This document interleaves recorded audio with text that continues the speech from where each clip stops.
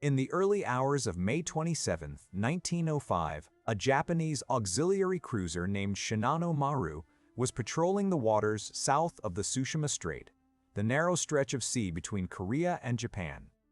The night was misty, visibility was poor, and her lookouts were straining to see anything at all. Then, sometime around 3 in the morning, they spotted lights. Not the darkened silhouette of a warship trying to slip past unseen, but ordinary, glowing lights.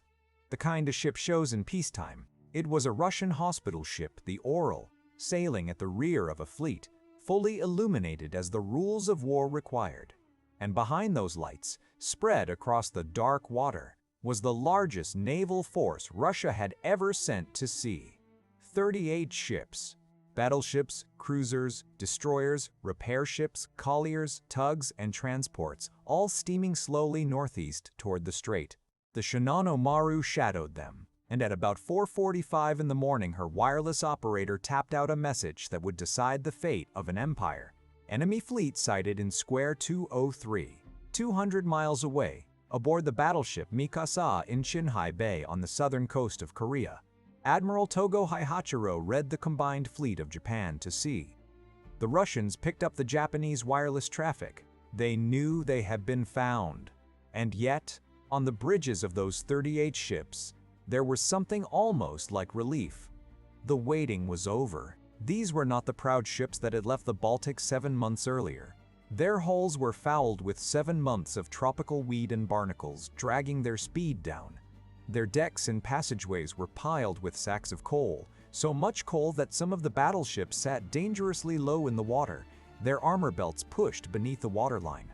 Their crews had spent more than 200 days at sea, coaling in equatorial heat, burying shipmates along the way, drilling with ammunition they could barely spare.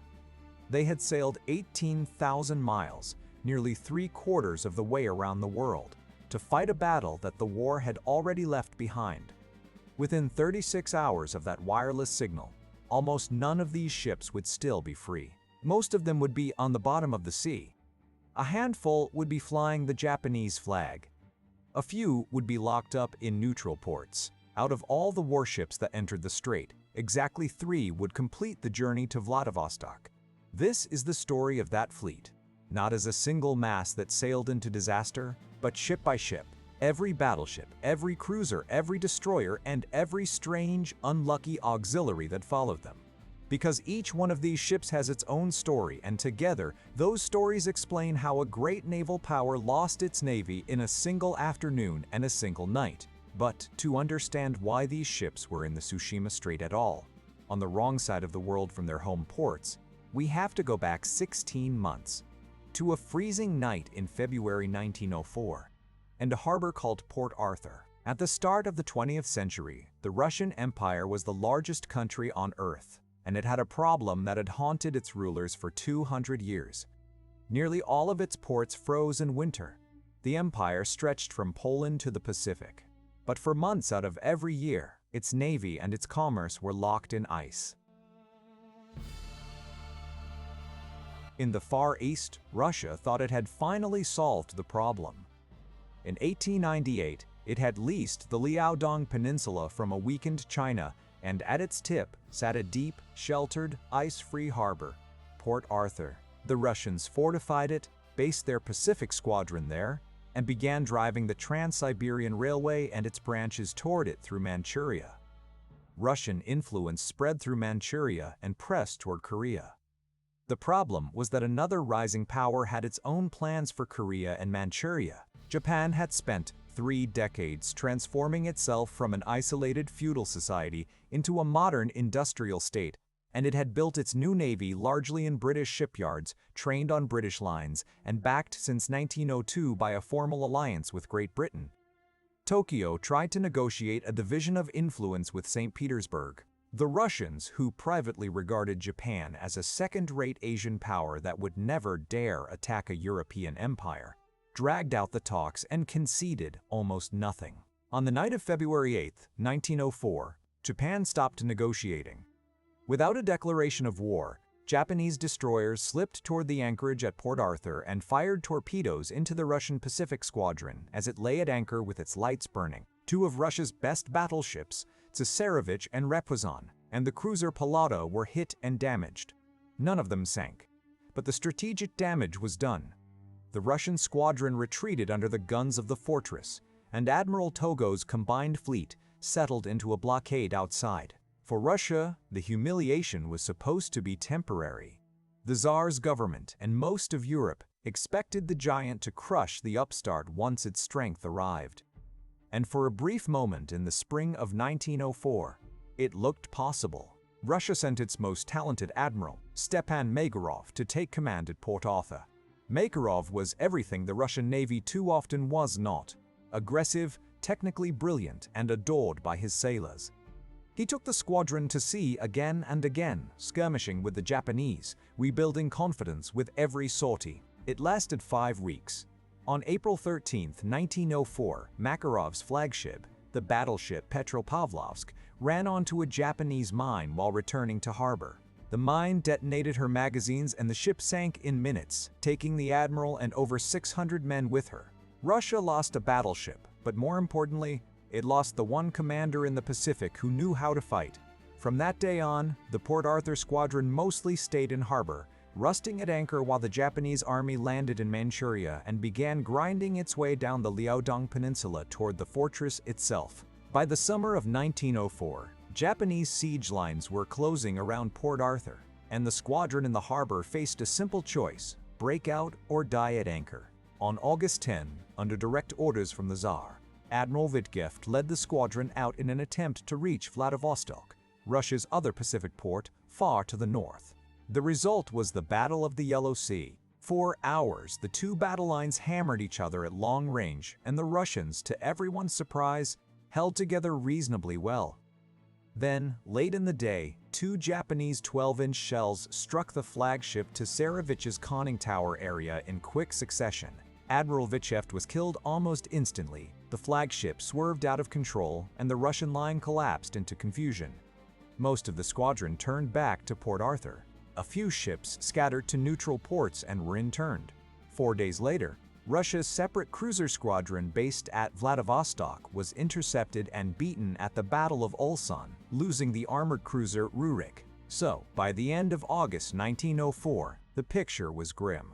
Russia's Pacific battle fleet was trapped in a harbor that was slowly being surrounded by the Japanese army. Its best admiral was dead. Its second admiral was dead.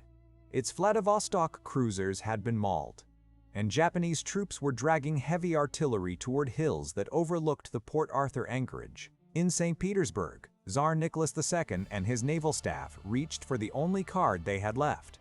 Russia still had a fleet in Europe, the Baltic Fleet, including a brand new class of battleships just coming out of the yards. The decision, debated through the spring and summer of 1904 and finally confirmed that fall, was breathtaking in its ambition.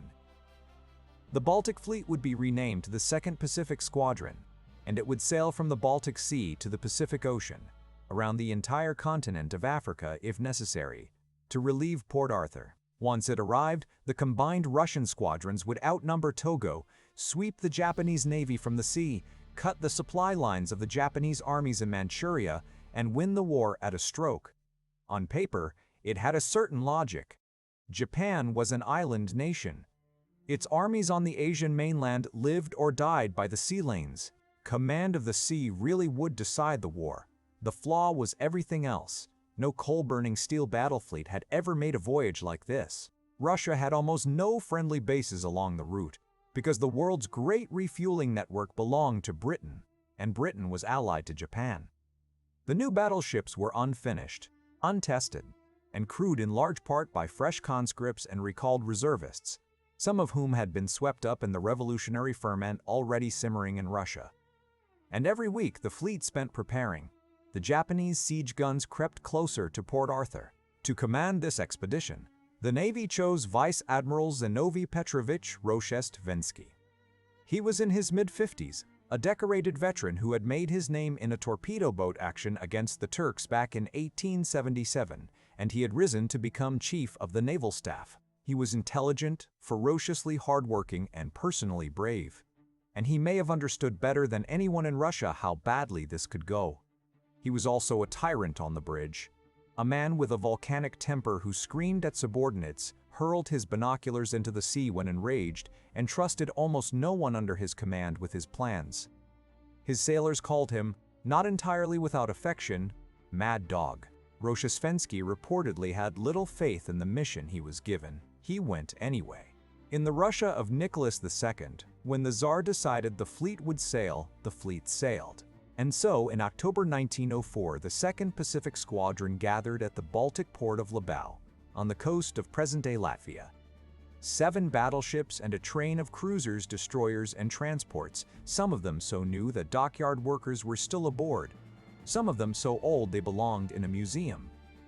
The plan was a rescue. Sail to the Far East, save Port Arthur, save the Pacific Squadron, save the war. Here is the tragedy that hangs over everything that follows.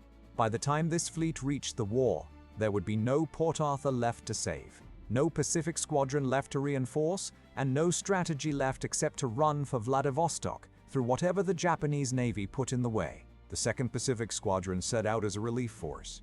It arrived as a target. The voyage of the Second Pacific Squadron is one of the most extraordinary journeys in naval history, and it is impossible to understand what happened at Tsushima without it. Battles are usually explained by what happens on the day. This one was decided, in large part, by the 7 months before the first shot was fired. The fleet left Libau on October 15, 1904, and the trouble started almost immediately. The Russian naval staff had convinced itself, on the strength of murky intelligence reports, that Japanese torpedo boats were lying in wait in European waters. It sounds absurd today, and it sounded absurd to many people then. Japan was on the other side of the planet, and its small torpedo craft had no realistic way of operating in the North Sea. But the fear was real, fed by rumors of secret Japanese agents and hired saboteurs, and it spread through a fleet full of green crews and nervous officers. The squadron steamed into the North Sea expecting an ambush at any moment.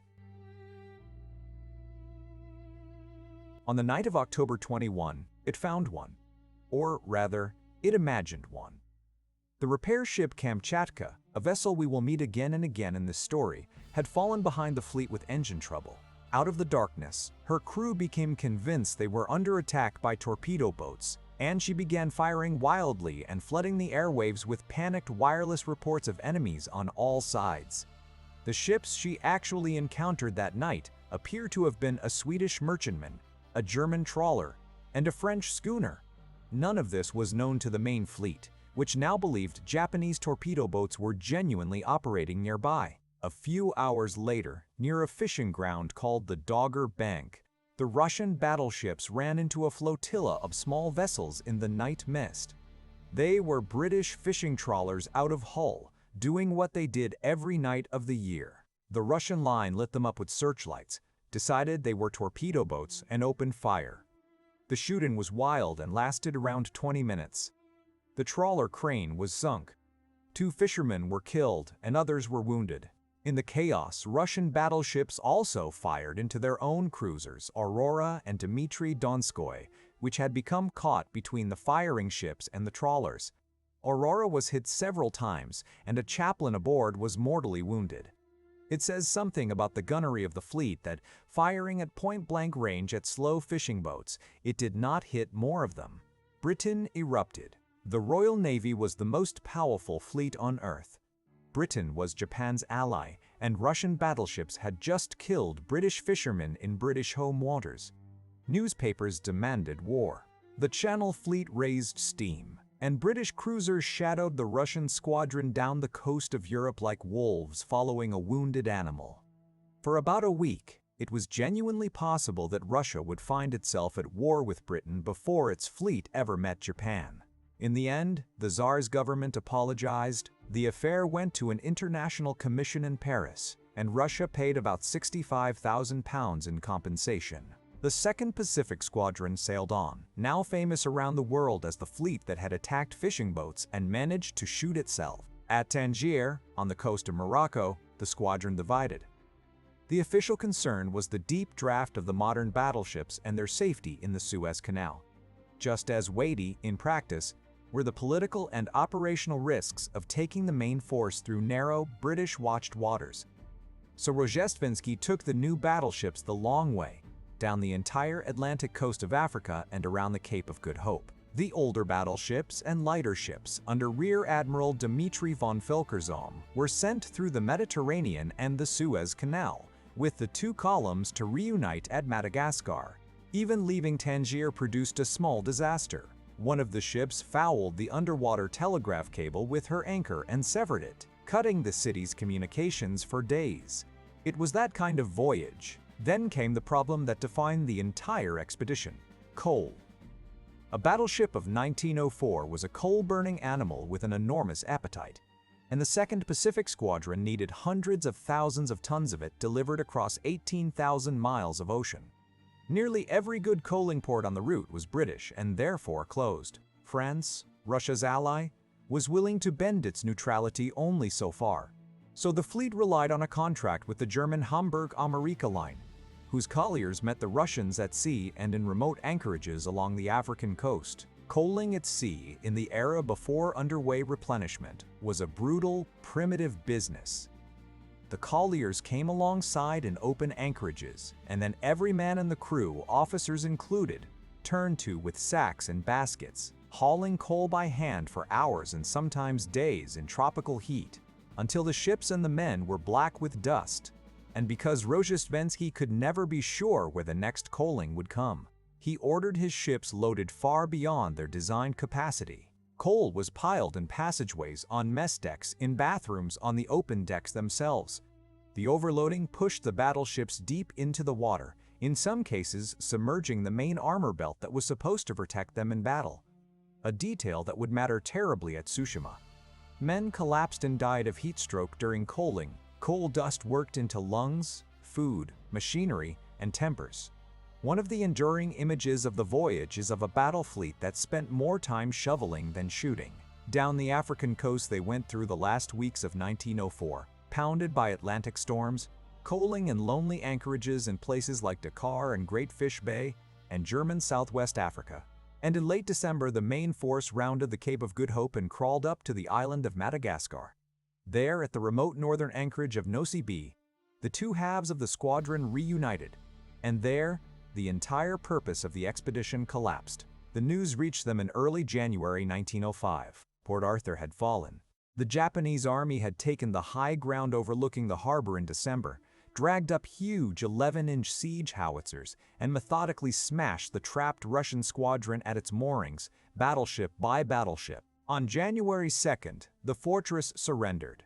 The 1st Pacific Squadron, the fleet that Rozhestvensky was sailing around the world to rescue, no longer existed.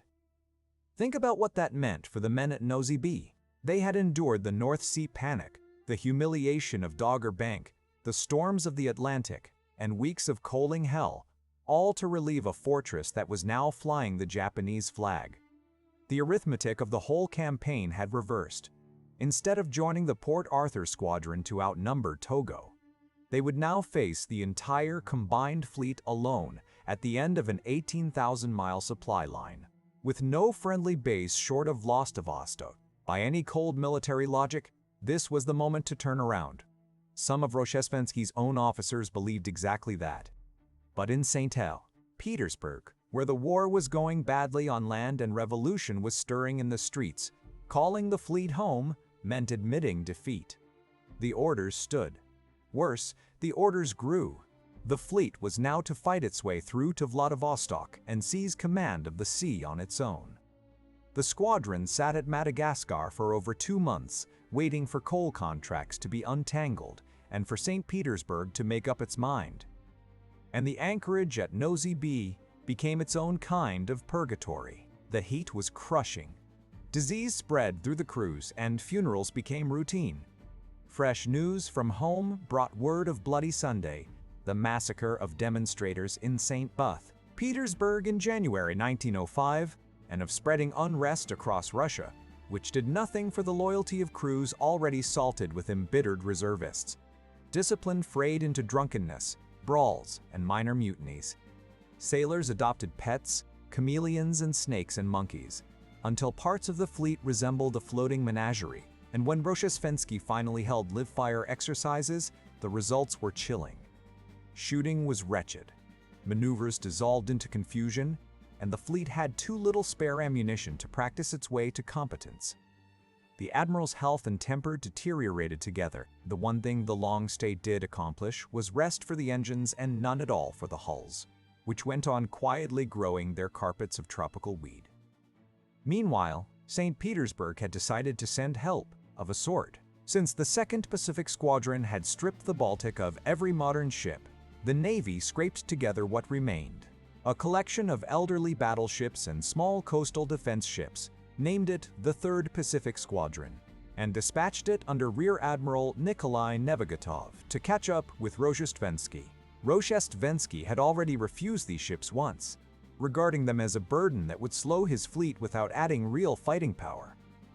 And his staff's opinion of them was summed up in the nickname that went around the squadron: the self-sinkers.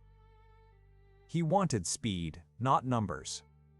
He was ordered to take the numbers. On March 16, 1905, the fleet finally left Madagascar and struck out across the open Indian Ocean, deliberately avoiding ports and coaling at sea along the way, a passage of several thousand miles that no coal-fired battle fleet had ever attempted.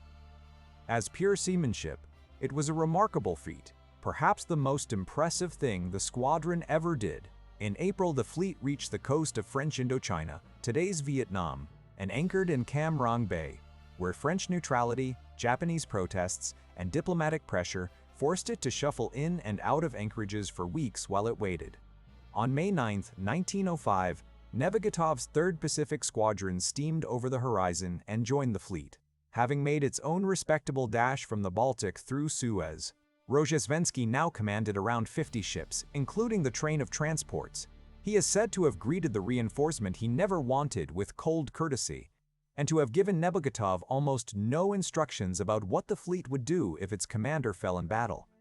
The two admirals barely spoke. That silence would have consequences. On May 14, 1905, the Armada left Indochina on the last leg, north toward Japan and Vladivostok. Rozhestvensky detached most of his transports to Shanghai, kept a corps of auxiliaries with the fleet, and chose his route.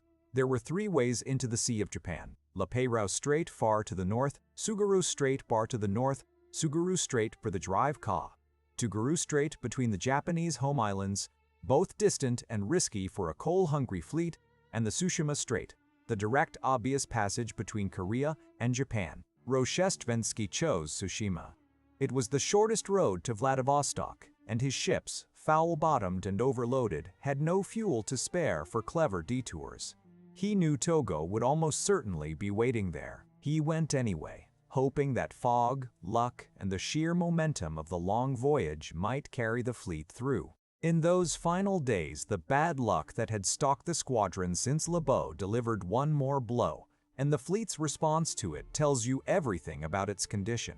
Rear Admiral Felkersam, the second in command, had been gravely ill for weeks, and shortly before the fleet reached the strait, he died aboard his flagship, the battleship Ozlyabya. Rozhestvensky ordered the death kept secret to protect morale. Felkersam's admiral's flag was left flying over a ship commanded by a dead man, and Nebagatov, now in reality the fleet's second-in-command, was never told. The 2nd and 3rd Pacific Squadrons steamed toward the most important naval battle since Trafalgar with their chain of command already broken, and only a tiny circle around Rozhestvensky knew it. So picture the fleet one last time as it entered the Tsushima Strait on the night of May 26, 1905. 38 ships in the fighting line and train. Battleships dragging gardens of weed on their hulls, sitting low under hundreds of tons of extra coal. Gun crews that had fired only a handful of practice rounds in 7 months. Stokers and seamen worn down by heat, disease, funerals, and the longest deployment any of them could have imagined. An admiral who trusted no one, a second-in-command who was already dead, and a third who did not know he was next in line. Ahead of them, rested, drilled, and waiting in their home waters, lay the most efficient fighting fleet in Asia. To understand what happened when those two forces met, we need to know exactly what Rozhestvensky brought with him. So let us walk the Russian line, ship by ship, starting with the 4 brand-new battleships that were supposed to be Russia's answer to anything afloat, and that would instead become the heart of the tragedy, the Borodinos. Before we walk the line ship by ship, it helps to understand what kind of fleet this actually was. Because the Second and Third Pacific Squadrons were not a fleet in the way Togo's combined fleet was a fleet. They were 4 different navies, from 4 different eras, lashed together by an order from St. Petersburg. At the head of the line came the new navy, 4 battleships of the Borodino class, the most modern ships Russia possessed, so new that their paint was barely dry and their crews had learned their trades on the voyage out. These 4 ships carried virtually all of Russia's hopes. If Tsushima was going to be won, they were going to win it. Behind them came the navy of the 1890s, the fast battleship Azliabaya, designed for raiding rather than the battle line, and a clutch of older battleships, Sysoy Veliki and Navarin, joined by the elderly armored cruiser Admiral Nakimov. These were ships of respectable reputation and worn-out machinery, slower than the new ships, more weakly protected, and in some cases carrying guns of a previous generation. Then came the navy nobody wanted, Nebogatov's Third Pacific Squadron, built around the old battleship Imperator Nikolai I and 3 small coastal defense ships, the Admiral Ushakov, Admiral Siniavin, and General Admiral Graf Apraxin. These vessels had been designed to defend the shallow waters of the Baltic, a few days steaming from their own dockyards. They were never meant to cross an ocean, let alone fight a fleet action on the far side of the world. Around these heavy ships moved the cruisers, a mixed collection ranging from modern fast scouts like Oleg, Jemchug, and Izumrud, through the soon-to-be famous Aurora, down to old armored cruisers like Dmitry Donskoy and Vladimir Monomakh that had been launched more than 20 years earlier. Screening them were 9 destroyers, small, fragile, overworked boats that had somehow survived a voyage their designers never imagined. And trailing behind came the fleet train, the transports, the tugs, the repair ship Kamchatka, and 2 hospital ships, the floating baggage of an expedition that had to carry its entire support system with it. Added together and on paper, Rozhestvensky commanded a formidable force, 8 battleships, 3 coastal defense ships, 9 cruisers of various types, 9 destroyers, and a long tail of auxiliaries. In raw numbers of heavy guns, the Russians actually compared respectably with the Japanese. But a battle line is only as fast as its slowest ship and only as strong as its weakest crew, and this line mixed 18-knot ships with ships that struggled to make 12, modern 12-inch guns with pieces dating back to the 1880s, and a handful of well-drilled crews with shiploads of exhausted conscripts. Togo's fleet, by contrast, was a single, uniform instrument. 4 modern battleships and 8 modern armored cruisers that had trained together, fought together, and were about to fight in their own home waters with clean hulls and rested men. Those are the 2 fleets. Now let us meet the Russian ships properly, one by one, beginning at the head of the line, with the 4 sisters on which everything depended. The story of the Borodino class begins, oddly enough, in France.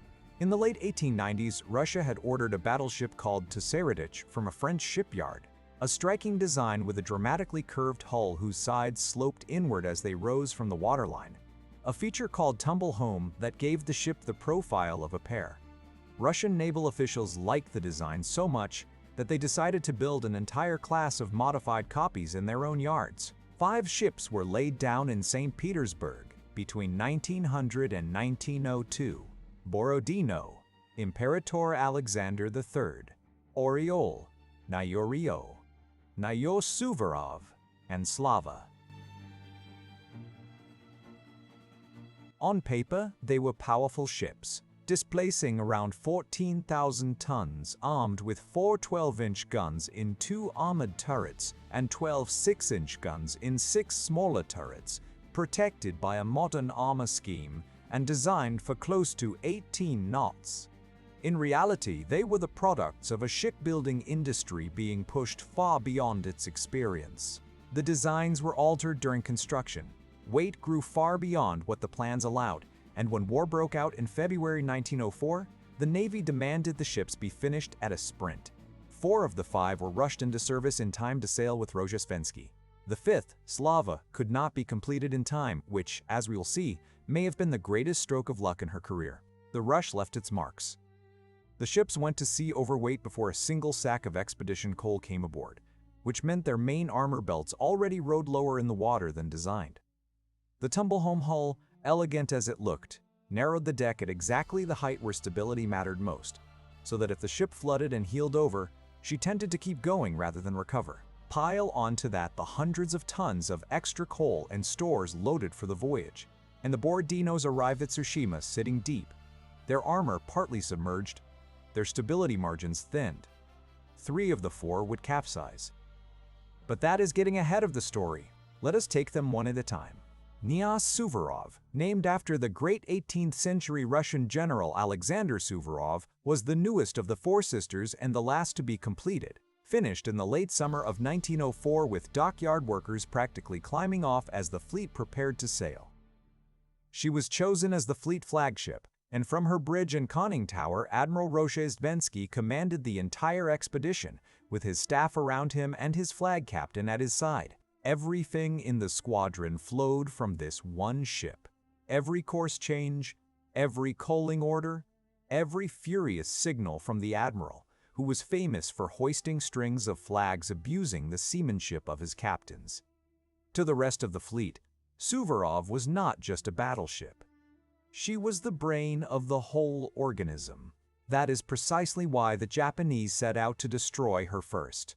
When the fleets met on the afternoon of May 27th, Togo concentrated the fire of his leading ships on Suvorov at the head of the Russian line.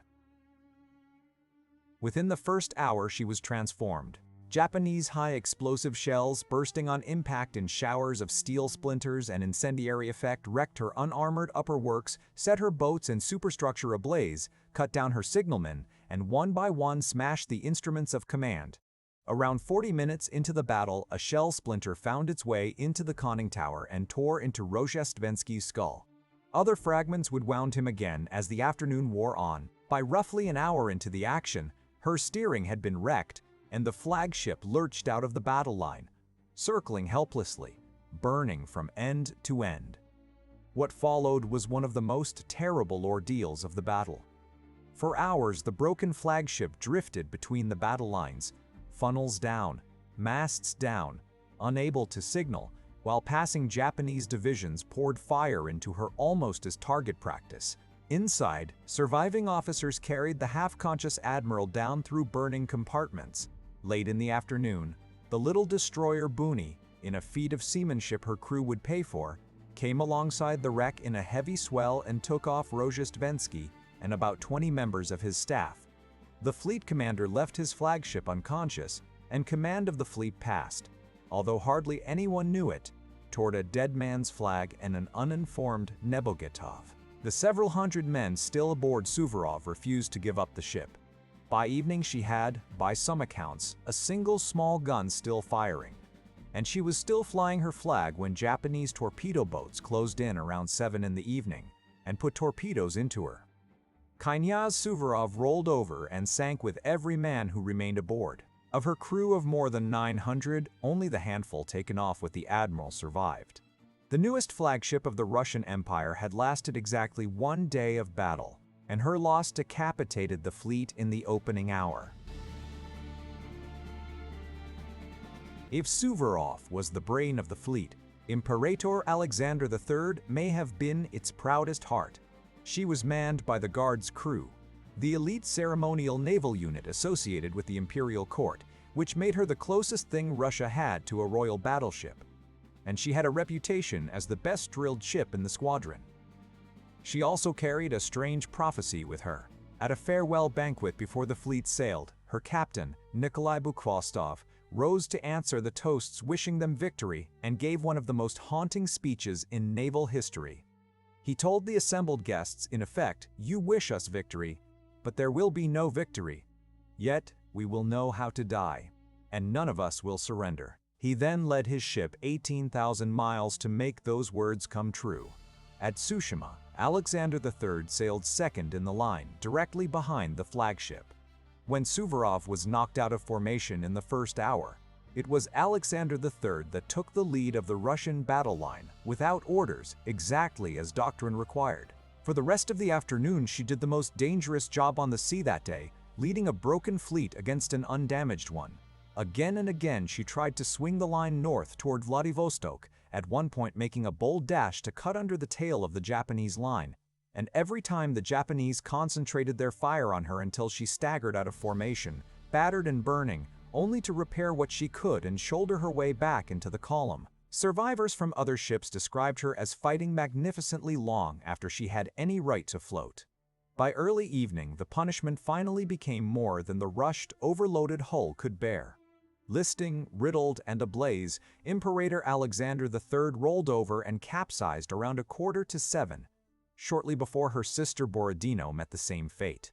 From her entire crew of more than 850 officers and men, not one was saved. Captain Bukovostov had kept every word of his promise. There was no victory, no one surrendered, and the Guard's battleship died with all hands leading the line. Borodino was the named ship of the class, named for the great bloody battle against Napoleon in 1812, and she was, in a sense, the standard against which her sisters were measured. Her construction told the whole story of the class in miniature, laid down with high hopes, delayed by design changes, plagued by machinery troubles, and rushed to completion with known defects. Because the war would not wait, she sailed third in the Russian line at Tsushima, behind Suvorov and Alexander III, which meant that as her sisters ahead were successively beaten out of formation, the deadly job of leading the line slid backward toward her. Through the long afternoon of May 27th, Borodino absorbed the same treatment as the ships ahead of her. Shell after shell from Togo's battleships and Kamimura's armored cruisers, fires in the superstructure, casualties mounting in the turrets and casemates. When Alexander III finally fell out of line in the early evening, Borodino took the lead, the third ship to do so in a few hours, and kept the shattered column crawling north toward Vladivostok as the sun went down. For a brief window, with daylight failing, it looked as if she might actually lead the survivors into the darkness and away. She missed it by minutes. At around 7:30 in the evening, in almost the last shots of the daylight battle, a salvo from the Japanese battleship Fuji struck her. One 12-inch shell appears to have reached a 6-inch magazine, and Borodino erupted. Witnesses on both sides described an enormous explosion and a column of flame and smoke. And then the new battleship rolled over and was gone, so fast that the sea seemed simply to swallow her. From a crew of roughly 850 men, the Japanese later pulled exactly one survivor from the water, a seaman who had been stationed in a forward turret. One man out of an entire battleship's company, to tell what her last hours had been like. 3 of the 4 Borodinos were now gone, and with them something close to 2,500 men. The fourth sister, Oriole, whose name means eagle, was the misfit of the family, and she was the only one of the 4 that would see the morning of May 28. Her bad luck started early. She sank at her moorings during fitting out, ran aground in the shallows of the Gulf of Finland as the fleet was assembling, and had to be dragged free. Sailors, who are superstitious about such things, marked her down as an unlucky ship. Her crew had a reputation too, salted with men of revolutionary sympathies, and the ship simmered with the same discontent that was brewing back home in Russia. By a quirk of history, one of those crewmen was a sailor named Alexei Novikov, later the writer Novikov Preboy, whose eyewitness book Tsushima would one day make Oriole's Voyage the most famous lower-deck story in Russian naval literature. Also aboard was a young naval engineer, Vladimir Kostenko, who spent the battle methodically recording what Japanese shells did to his ship, notes that would influence battleship design for years afterward. At Tsushima, Oriole sailed 4th in the line, and that single place in the order of sailing probably saved her. The Japanese concentrated their heaviest fire on whichever ship was leading the line, and Oriole never let it during daylight. She was hit dozens of times all the same. Her upper works were mangled, guns were knocked out, fires burned along her decks, and she suffered heavy casualties, but her vitals held. Her engines turned, and when darkness fell, she was still in formation. The last survivor of Russia's 4 new battleships, falling in with Nebagotov's old ships as they ran the gauntlet of torpedo attacks through the night. What happened to her the next morning belongs to one of the most painful chapters of this story, and we will come to it in full. The short version is this. At dawn on May 28th, surrounded by the entire Japanese fleet with the rest of Nebagotov's squadron, the wrecked and outgunned Oriole hauled down her flag and surrendered. She was repaired in Japan, recommissioned into the Imperial Japanese Navy under the name Iwami, and went on to serve her captors for nearly 2 decades, even taking part in operations against Germany in the First World War. Before ending her days as a gunnery target in the 1920s, of the 5 Borodinos laid down with such ambition, 3 lay at the bottom of the Tsushima Strait, 1 flew the Japanese flag, and only Slava, the unfinished sister left behind in the Baltic, remained to the Russian Navy. The new fleet Russia had spent 5 years building had effectively ceased to exist in about 5 hours. That was the fate of the modern ships, but ahead of one of them, in the order of sinking, if not the order of sailing, went an older and in some ways even more tragic vessel, the first great Russian loss of the battle, a tall, handsome, doomed battleship called Osliabya. Her story, and the stories of the other veterans of the line, come next. Behind the 4 new Borodinos sailed the 2nd Division of the fleet, and with it we step back a decade in naval history. These were the ships that made the Russian line look so formidable in the newspapers, a count of hulls and heavy guns that, added together, seemed nearly a match for Togo. But a battle line is not an accounting exercise. The 2nd Division mixed 1 fast, lightly armored battleship built for an entirely different kind of war with 2 slow veterans of the 1890s and an armored cruiser that had been launched when warships still carried sails. Each of them had crossed the world gamely. None of them belonged in the fight they were sailing into. There was one more thing wrong with the 2nd Division, and almost nobody in the fleet knew it. Its commander, Rear Admiral Felkersam, was dead. He had died aboard his flagship in the final days before the battle, and Rozhestvensky had ordered the death concealed, so the division went into action led by a flag with no admiral beneath it, flying over the ship we will meet first, the tall, doomed Osliabya.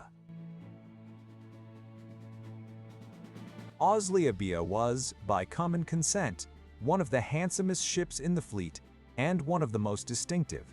She belonged to the Peresvet class, named for warrior monks of medieval Russia, and the class represented a road not taken in battleship design.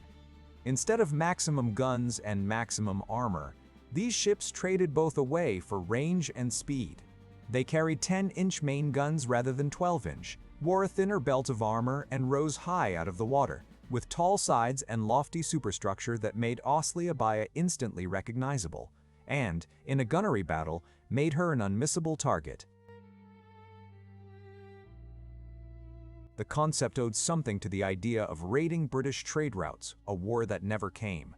Instead, the class was thrown into the line of battle against Japan, the one job it was never built for. Osliabya's 2 sisters, Peresvet and Pobeda, had both been lost with the squadron at Port Arthur. By May 1905, she was the last of her family, the flagship of a dead admiral, leading the 2nd Division toward Tsushima. Her position in the battle's opening minutes killed her. As the fleets sighted each other on the afternoon of May 27th, the Russian formation was caught mid-maneuver, struggling to reform from 2 columns into 1 line of battle, and the maneuver went wrong. Ships bunched together, and Osliabya, at the head of the 2nd column, had to slow almost to a stop to avoid collision while the Japanese line was already swinging into its firing course.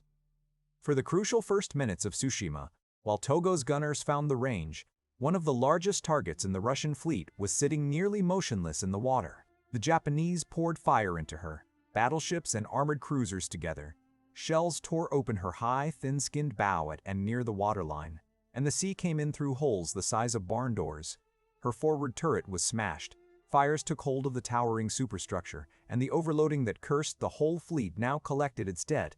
With her armor belt riding deep under the extra coal, the wounds came in above it, where there was little but steel plating and men. Within half an hour she was listing heavily to port, bow settling, guns falling silent as the water rose. Roughly 50 minutes into the battle, Rozhestvensky rolled onto her side and went down. The first ship lost at Tsushima and, by most reckonings, the first modern armored battleship ever sunk by gunfire alone. Her captain, Vladimir Bear, was last seen on the ship. He refused to leave. Hundreds of men went into the water, where Russian destroyers ran in under Japanese fire to drag survivors out. They saved perhaps half the crew, and the stokers and engine room men, deep below the waterline, mostly never had a chance. More than 500 of her people died, among them, in a manner of speaking, Admiral Felkersam, whose secret went to the bottom with his flagship, and whose flag, still flying as she sank, meant that for the rest of the battle part of the Russian fleet was taking station on a dead man. The sinking of Rozhestvensky, less than an hour into the action, and in full view of both divisions, told every man in the Russian fleet how this day was going to go. Behind the doomed flagship of the 2nd Division came Tsushima Veliki, a battleship with the unglamorous distinction of being unlucky in peacetime before she ever got the chance to be unlucky in war. Completed in the mid-1890s, she was a compact ship of around 10,500 tons carrying 4 12-inch guns. Respectable armament on paper, mounted in a hull that was cramped, poorly built, and chronically troubled. Her defining catastrophe came early. During gunnery practice in the Mediterranean in 1897, one of her main turret guns was fired before the breach was fully closed, and the explosion blew the roof off the turret and killed and maimed a score of men. She went on to serve in the Far East during the Boxer troubles, came home worn out, and was overdue for a real reconstruction when the war broke out and she was packed off around the world instead. Her aging boilers and machinery patched rather than renewed. At Tsushima, she fought in the line through the long afternoon of May 27th and took her share of the punishment that fell on every heavy ship in the column. Shell hits, fires, a wound near the waterline that let the sea into her, casualties among her gun crews. By nightfall she was down by the bow, battered but alive and still under her own power, one of the cluster of survivors trying to follow Nabogatov north through the darkness. Then came the night, and with it, the Japanese destroyers and torpedo boats, dozens of them, hunting the wounded. Tsushima Veliki, straggling and silhouetted, was caught and torpedoed in the stern. The hit wrecked her steering and started flooding that her tired pumps and tired men could not master. Through the small hours she limped and drifted toward the Japanese island of Tsushima itself, settling deeper all the while, her crew fighting the water and losing. When morning came on May 28th, she was wallowing off the island's coast with the end clearly near, and Japanese armed merchant cruisers closed in on her, among them, in one of this story's neat ironies, the Shinano Maru, the very ship whose sighting report had started the battle. With his ship visibly sinking, her captain agreed to hand her over and the Japanese began taking off her crew. The sea settled the question of ownership before it mattered. Tsushima Veliki capsized and sank off Tsushima at mid-morning, taking a final group of her men with her, though the great majority of the crew survived to become prisoners. She had needed a dockyard for years. What she got was an 18,000-mile voyage, a fleet action, a torpedo, and the bottom of the strait. Next astern came Navarin, the oldest battleship in the main line and one of the strangest-looking ships in the fleet.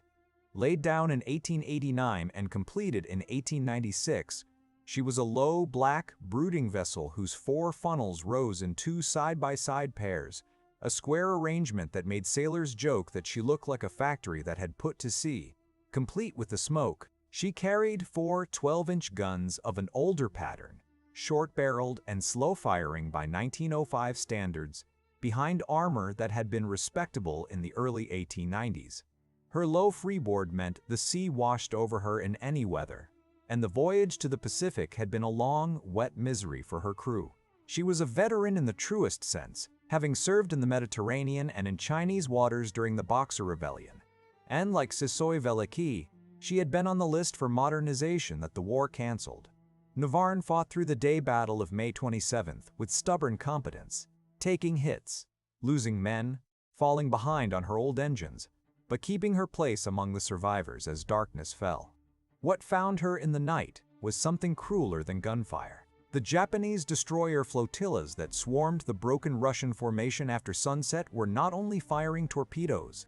Some of them ran ahead of the limping Russian ships and laid floating mines, strings of charges linked together across the survivors' path. A tactic tailor-made for a slow ship on a predictable course for Vladivostok. Navarin, already damaged and torpedoed in the night actions and down by the stern, steamed into these chains in the darkness. The explosions tore her open, and the old battleship went down quickly, far from help, in the black water of the strait. What gives Navarin's loss its particular horror is the arithmetic that followed. She carried a crew of around 700 officers and men from that entire ship's company. 3 men were pulled alive from the sea, 1 by the Japanese and 2, after long hours in the water, by a passing merchant ship. 3 survivors. Of all the terrible numbers at Tsushima, and there are many, Navarin's may be the starkest. An entire battleship's world of men, stokers and gunners and officers and boys, reduced overnight to a trio of half-drowned witnesses. The last heavy ship of the 2nd Division was not a battleship at all. Admiral Nakimov was an armored cruiser, and an old one, completed in 1888 to a design openly inspired by a British ship of the same era. She was so much a creature of her generation that she had been launched with masts and yards for a full set of sails, a steel cruiser rigged like a clipper, and although the sailing rig had long since been stripped away, no refit could strip away her age. Her main battery of 8-inch guns sat in 4 paired mounts arranged in a diamond. An AT-80 solution to a problem the 1900s had solved differently, and her armor was Iron Age compound plate in a world of hardened steel. She had been a famous ship in her day, a veteran of long foreign cruises, and her day was roughly 15 years before Tsushima. Sailing at the rear of the 2nd Division, Nakimov endured the daylight battle of May 27th with the same grim persistence as her elderly companions, absorbing dozens of hits, burning, and patching herself up, while her old guns did what they could against ships built a generation later. She was still afloat and still moving when night came. And like Siso Veliki and Navarin, she then had to run the gauntlet of the destroyer attacks. A torpedo caught her forward in the night, and the flooding slowly got ahead of her crew. By dawn on May 28th, she too was crawling toward Tsushima Island, settling by the bow, her fighting life clearly over, when a Japanese auxiliary cruiser found her that morning and summoned her to surrender. Her people chose a quieter form of defiance than gunfire.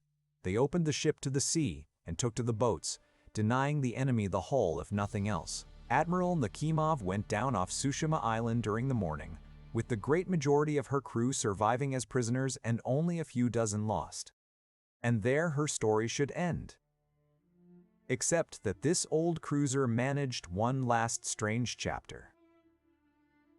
3/4 of a century later, in 1980, a Japanese salvage venture working her wreck announced, amid great publicity, that Nakimov had gone down carrying a fortune in gold and platinum, igniting a brief international sensation and a diplomatic spat with the Soviet Union before the claims quietly evaporated. Historians have found no credible evidence of any treasure. The old ship had given Russia decades of honest service. It seems she owed nobody a pirate ending. That completes the heavy ships Rozhestvensky brought from the Baltic in October 1904. But as we have seen, St. Petersburg sent a second installment, the squadron Rozhestvensky never wanted. The ships his own staff mocked as the self-sinkers. It is time to meet Nebagotov's 3rd Pacific Squadron, the old battleship and the 3 little coastal defense ships that history remembers chiefly for the way their story ended, on a quiet, terrible morning, under a signal no Russian admiral had ever hoisted before. The 3rd Pacific Squadron exists in history because of a simple, awkward fact. After the 2nd Pacific Squadron sailed, Russia looked at what was left in the Baltic and decided to send that too. There was no 3rd generation of modern battleships waiting in reserve. There were old ships, training ships, and a class of small coastal defense vessels built to guard the shallows of the Gulf of Finland. Out of these, in the winter of 1904, the Navy assembled a squadron, gave it to Rear Admiral Nikolai Nebogotov, a competent, unglamorous officer near the end of his career, and sent it chasing Rozhestvensky around the world. Here is the tragic irony at the heart of this squadron. Its ships made the voyage well. Nebogotov drilled his crews hard on the way out, brought his little force through the Mediterranean and the Indian Ocean in good order, and joined the main fleet off Indochina with a smartness that surprised everyone, including Rozhestvensky. As a feat of seamanship, the Third Pacific Squadron deserved real respect. As a fighting force, it changed nothing. These were not the reinforcements that would turn the tide of the war. They were 4 more hulls and 2,000 more men sent to share in a defeat that was already taking shape. The fleet's own sailors had christened them the self-sinkers. The bitter joke of Tsushima is that, with one magnificent exception, they did not even get the chance to sink. They lived through the battle, and what happened to them instead became the greatest scandal in the history of the Russian Navy. Nebogotov's flagship, Imperator Nikolai I, was a battleship of the late 1880s, completed in 1891, and she carried her era on her face. Her main armament consisted of exactly 2 12-inch guns, mounted together in a single turret on her bow, with a secondary collection of 9-inch and 6-inch pieces along her sides. A modern battleship of 1905 could throw a broadside of 4 heavy guns. Nikolai I, on a good day, could answer with 2, of an old short pattern that lobbed shells to shorter ranges with less punch. In her youth, she had been a respectable and well-traveled ship, showing the flag from the Mediterranean to America and serving long years on foreign stations. And she had the comfortable, slightly antique air of a ship that had spent more of her life on ceremonial duties than anyone had spent preparing her for a modern fleet action. At Tsushima, she led the 3rd Division, and through the daylight battle of May 27, she was, by the standards of that terrible afternoon, fortunate. The Japanese concentrated their fire on the new battleships at the head of the line, and Nikolai I, further back, took hits and casualties, but nothing mortal. When darkness fell and the fleet shattered into fragments, Nebogotov in Nikolai I became the rallying point for what remained of the battle line. Through the night he steamed doggedly north for Vladivostok with a small group forming around him. His own flagship, the wrecked Oriol, the little Apraxin and Seniavine, and the fast cruiser Izumrud hanging on the flank. Unlike the stragglers, this group held formation, ignored the torpedo boats, kept its searchlights dark, and survived the night almost untouched. For a few hours in the darkness, it was possible to believe Nebogotov might actually bring them home. Dawn on May 28 ended that belief. Daylight revealed smoke on every horizon, and within hours Nebogotov's little group was ringed by the entire combined fleet, more than 24 Japanese warships which calmly took position outside the effective range of his old guns and began, unhurried, to demonstrate what they could do. What Nebogotov did next and why deserves to be told properly, and we will return to that morning in full later in this story. The short version is that he looked at his trapped, outranged ships and his 2,000 men, declared that he was an old man who could be shot for what he was about to do, but that he would not burn young lives for the sake of a gesture, and hoisted the signal of surrender. Imperator Nikolai I hauled down her flag and was taken into the Japanese Navy, where she served for a decade under the name Ikki, before ending her days, like so many of her captured fleetmates, as a gunnery target. Nebogotov went home to a court-martial and a death sentence, commuted to imprisonment in a fortress. We will weigh that judgment when we come to it. Behind the flagship came the coastal defense ships, and to understand them, you have to shrink your mental picture of a battleship by more than half. The Admiral Yushikov class were tidy little vessels of around 4,500 tons, a third the size of a Borodino, designed in the early 1890s for one specific job: defending the shallow approaches to St. Petersburg and the Gulf of Finland against the German or Swedish fleets, close to home, close to their bases in calm coastal waters. For that job they were cleverly made, packing 10-inch guns onto a small, shallow draft hull.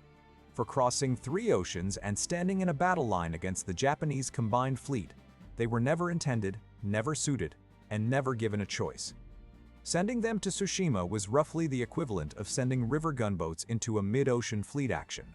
And the fact that all 3 of them actually arrived, engines turning, crews drilled, is a quiet tribute to the men who took them there. General Admiral Graf Apraxin, slightly modified from her sisters and carrying 3 10-inch guns to their 4, was already famous in Russia before the war, and for an oddly modern reason. In November 1899, she had run hard aground on the island of Gotland in the Gulf of Finland, and the long winter salvage operation that followed was coordinated using the experimental wireless telegraph of Alexander Popov, one of the first times in history that radio was used for practical, life-and-death communication at sea. During that same operation, wireless messages helped direct an icebreaker to rescue fishermen stranded on a drifting ice flue. So this small, unglamorous ship had a footnote in the history of technology before she ever fired a shot in anger. At Tsushima, her war was brief and bitter. Modest damage in the day battle, a disciplined night run in Navigatov's group, and then the ring of Japanese ships at dawn and the surrender signal from the flagship. She passed into Japanese service under the name Okinoshima and lingered for years in second-line roles before going to the breakers, a Baltic coastal ship that ended her career having seen more of the planet than most ocean liners. Admiral Senyevin's story is almost the same story, and that sameness is the point. She was the standard ship of the class, 4 10-inch guns on the same small hull, the same Baltic pedigree, the same improbable voyage, the same steady conduct in Navigatov's night formation, and the same flag coming down on the same gray morning of May 28. The Japanese took her into their fleet as Mishima, and she too served her captors for many years in auxiliary and training roles, outliving the empire that built her. 2 sister ships, built to defend one gulf, ended their days under the flag of the Navy that had captured them both on the far side of the world, without either of them ever fighting the close-range coastal action they had been designed for. If the Third Pacific Squadron was a tragedy, Apraxin and Senyavin were its quiet chorus, present, dutiful, and utterly overtaken by events. And then there was the third sister, the named ship of the class, and her story is the reason the Third Pacific Squadron is remembered for something more than surrender.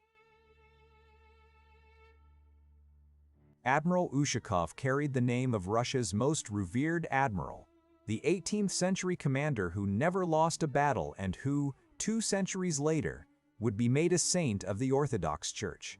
At Tsushima, she was commanded by Captain Vladimir Mikluka, brother of the famous explorer Mikluko Maklai, and on May 27th, she fought through the day battle with the rest of the line and paid for it, taking a shell hit forward near the waterline that flooded her bow compartments and cut her already modest speed. In the chaos of the night, she lost contact with Navigatov's group and fell behind alone, a small, slow, wounded coastal ship limping north across a sea that belonged entirely to the enemy. The Japanese found her in the afternoon of May 28, hours after Navigatov had surrendered. 2 armored cruisers, Iwate and Yakumo, big, fast, modern ships, either of them more than a match for her, closed in and signaled her to stop, adding, in effect, that her admiral had already surrendered and that resistance was pointless. Aboard Ushakov there was reportedly a brief, almost dark-humored exchange on the bridge about how the signal's second half made the first half unworthy of an answer. Mikluka ordered the signal ignored and opened fire. What followed was not really a battle. It was a choice. The Japanese cruisers, faster and longer ranged, simply stood off at a distance where their guns could reach Ushakov, and her old 10-inch guns, firing at maximum elevation, could not reliably reach them, and they methodically shot the little ship to pieces.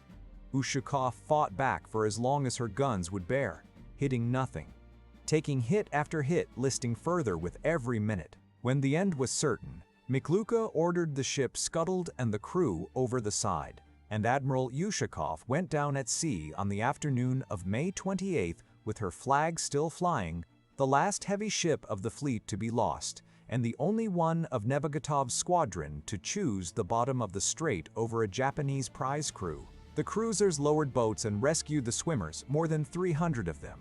But Captain McCluka was not among the saved. Accounts of his last minutes in the cold water differ in detail, but they agree on the substance, that he died with his ship's company around him, by some tellings waving the rescuers toward his drowning sailors first. Of the 4 ships that history filed under the sneer of self-sinkers, 3 surrendered on the orders of a humane admiral, and 1 fought 2 modern cruisers alone, with no hope at all to spare her name the same fate. Russians have argued about Nebagotov's choice and Mykluka's choice for over a century, and the honest answer is probably that one saved 2,000 lives and the other saved something less measurable. Tsushima, cruel in all things, made both men pay full price. So much for the battle line, old and new. But a fleet is more than its heavy ships, and some of the most colorful stories of Tsushima belong to the vessels that sailed around and ahead of the battleships, the cruisers.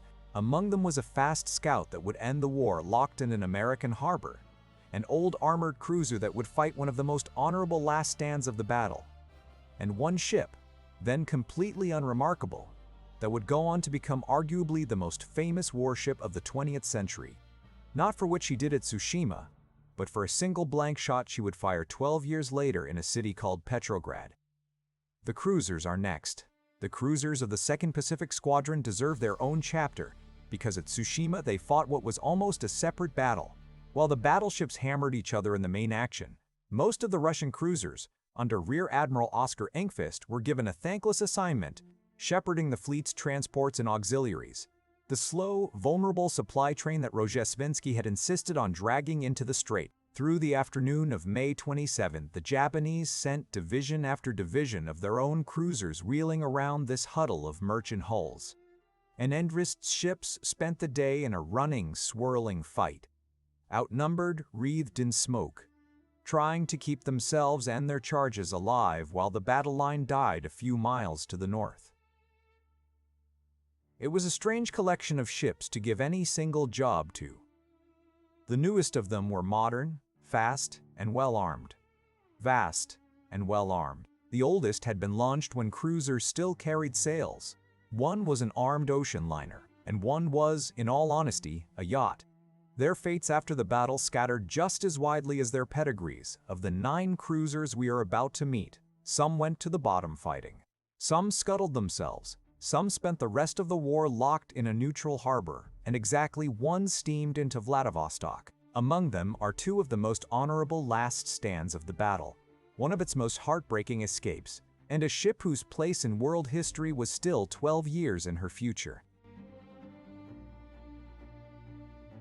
Oleg was one of the newest cruisers in the fleet, a fast, handsome ship of about 6,500 tons completed in such a rush in 1904 that she sailed with dockyard defects still being worked out of her machinery. She carried a dozen 6-inch guns and a respectable turn of speed, and she flew the flag of Admiral Engqvist, which put her at the center of the cruiser melee on May 27th. Through that long afternoon, Oleg led the defense of the transports, twisting through torpedo wakes and shell splashes, taking a dozen hits and giving what she got as Japanese cruiser divisions came around the convoy again and again. When night fell and the Japanese destroyers came out, Engqvist made the most controversial decision of his life. 3 times, by his own account, he tried to turn his cruisers north for Vladivostok, and 3 times found torpedo craft and darkness between him and the rest of the fleet. So he turned south. Oleg, with Aurora and Zhemchug following, worked clear of the strait and steamed away from the battle, away from Vladivostok, and eventually all the way to the American-held port of Manila in the Philippines, where the 3 cruisers were interned, their guns sealed, until the war ended. Engqvist would be condemned by some as a man who ran, and defended by others as the only senior officer who saved his ships from a hopeless slaughter. Oleg herself survived it all, went home, and met her end in another war entirely. In 1919, during the Allied intervention in the Russian Civil War, she was sunk at anchor near Kronstadt by a British torpedo-carrying motorboat in one of the most daring small craft attacks ever made. But that is another story, for another video perhaps. Sailing with Oleg through all of this was a cruiser whose name you already know, even if you have never watched a naval history video in your life. Aurora is today the most famous Russian warship that has ever existed. But it is worth meeting her as the men of 1905 knew her, not a legend. Just a three-funnel protected cruiser of the Pallada class, completed in 1903, no faster and no better armed than she needed to be, and already a slightly unlucky ship. She had been shot at by her own fleet at Dogger Bank, where Russian shells killed her chaplain, which gave her sailors a grimly clear idea of their squadron's gunnery long before the Japanese confirmed it. At Tsushima, Aurora fought hard in the cruiser action, second in line behind Oleg, circling the transports through the smoke. She was hit again and again. Her captain, Yevgeny Yegoriev, was killed at his post when a shell burst against the conning tower, and around 15 of her crew died with him, with dozens more wounded. Her surviving officers fought the ship through to nightfall, followed Enquist's turn south, and took her to Manila and internment. In the Great Ledger of Tsushima, she appears as a middling entry: damaged, escaped, neutralized, captain killed. History, of course, had other plans for her. Aurora went home after the war, served as a training ship, and on a November evening in 1917 fired a single blank round from her forecastle gun over the river Neva in Petrograd, the agreed signal for the Bolshevik assault on the Winter Palace. That one blank shot made her the icon of the Russian Revolution, preserved her from every scrapyard for over a century, and means that today, of all the warships that steamed into the Tsushima Strait on either side, Russian or Japanese, the one you can still walk aboard is Aurora, floating as a museum in St. Petersburg, the last living witness of the fleet that sailed around the world. The third ship of the Manila group was Jemchug, whose name means pearl, one of a pair of small, fast scout cruisers built on the model of the famous Novik. At barely 3,000 tons, with a design speed around 24 knots, she and her sister Izumrud were the greyhounds of the fleet, meant for scouting, signaling, and running errands no battleship could. Jemchug spent May 27 in the thick of the cruiser fight, took her share of hits and casualties, and when the darkness came, she used those long legs to follow Enquist south, ending the war interned at Manila alongside Oleg and Aurora. If her story ended there, she would be a footnote. Instead, Jemchug earned one of the strangest and saddest epilogues of any Tsushima survivor. In October 1914, in the opening months of the First World War, she lay at anchor in the British harbor of Penang, in modern Malaysia, resting her machinery, with her captain spending the night ashore and the ship kept at scandalously low readiness. Before dawn, the German raiding cruiser Emden, wearing a fake fourth funnel to pass as a British ship, glided into the harbor, torpedoed and shelled Jemchug at point-blank range, and sank her where she lay with heavy loss of life. The ship that had survived Tsushima and escaped a Japanese fleet was destroyed in a friendly port by a single cruiser, and her captain went home to a court-martial. Some ships outrun one disaster only to keep an appointment with another. Svetlana was the aristocrat of the cruiser force, and she looked it. Built in France in the 1890s, she had been designed to double as a yacht for the Grand Duke who headed the Russian Navy, which gave her elegant lines, fine accommodations, and rather less fighting value than her looks promised. She was a light cruiser of modest armament wrapped in a beautiful hull. On May 27, her looks bought her nothing apart. Fighting in the cruiser action, she took a serious shell hit forward that flooded her bow compartments, and she ended the day down by the head, trailing the surviving cruisers with her speed bleeding away and much of her ammunition gone. In the night, she lost contact with Enquist's group and turned north, alone, hoping like everyone else for Vladivostok. The morning of May 28 found her limping along the Korean coast with almost empty bunkers and a flooded bow, and the Japanese found her there too. Two fresh cruisers, Ottawa and Nitaka, with a destroyer in company. Svetlana could neither run nor seriously fight, and her officers knew it. She fought anyway, firing what shells she had left in a hopeless rearguard action until the guns fell silent, and then her crew opened the sea valves and put her under off the Korean shore rather than strike her colors. Her captain was among the dead, and well over 100 of her men were killed in the action or drowned before Japanese ships returned to pull the survivors from the water. The Grand Duke's yacht cruiser had ended her career fighting to the last shell. which is more than anyone had a right to ask of her. With Vladimir Monomakh, we step back into naval prehistory. She had been launched in 1882, designed in an age when engineers still hedged their bets between steam and sail, and she had originally carried a full sailing rig alongside her engines. By 1905, the masts and yards were long gone. Her old guns had been replaced with more modern 6-inch pieces, and she had been pressed into one more voyage at the end of a long, well-traveled life that had taken her around the world more than once in gentler times. At Tsushima, she served with the cruisers guarding the transports, and the old ship did her day's work honestly, standing in the circle around the convoy and taking her knocks from ships 20 years her junior. The night killed her, as it killed so many of the wounded and the old. In the darkness of May 27th, a Japanese destroyer put a torpedo into her, and through the night her crew fought a losing battle against the inrushing sea. Dawn on May 28th found her staggering toward Tsushima Island, settling deeper, pumps failing, in company with other dying ships making for the same shore.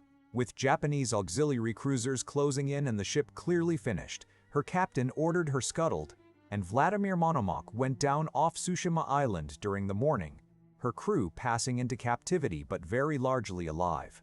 She had been built before some of her own sailors were born. It was not her fault that Russia asked her to fight in 1905. Her near-contemporary Dmitry Donskoy, an armored cruiser of 1885 named for the medieval prince who first beat the Mongols in open battle, earned a different ending, and it is one of the proudest in this entire story. Like Monomakh, she was a relic, a one-time sail and steam cruiser dragged around the world for a war she was never built for. And like Monomakh, she spent May 27th in the thankless grind of convoy defense. But when the fleet broke apart that night, Donskoy's officers made their choice. Not south with Enquist to internment, but north for Vladivostok, alone if necessary, in a ship that could barely make a dozen knots. She nearly made it through the first day.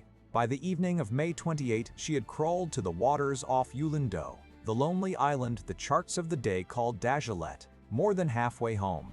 There the Japanese caught her, 6 cruisers with destroyers in company, closing in from 2 sides, and a signal demanding surrender, with Nebagotov's capitulation that morning offered as precedent. The old ship answered with her guns.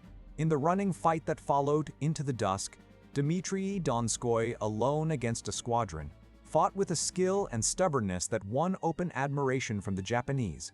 Taking heavy hits and heavy casualties, her captain mortally wounded on his bridge, but landing blows of her own and refusing to stop.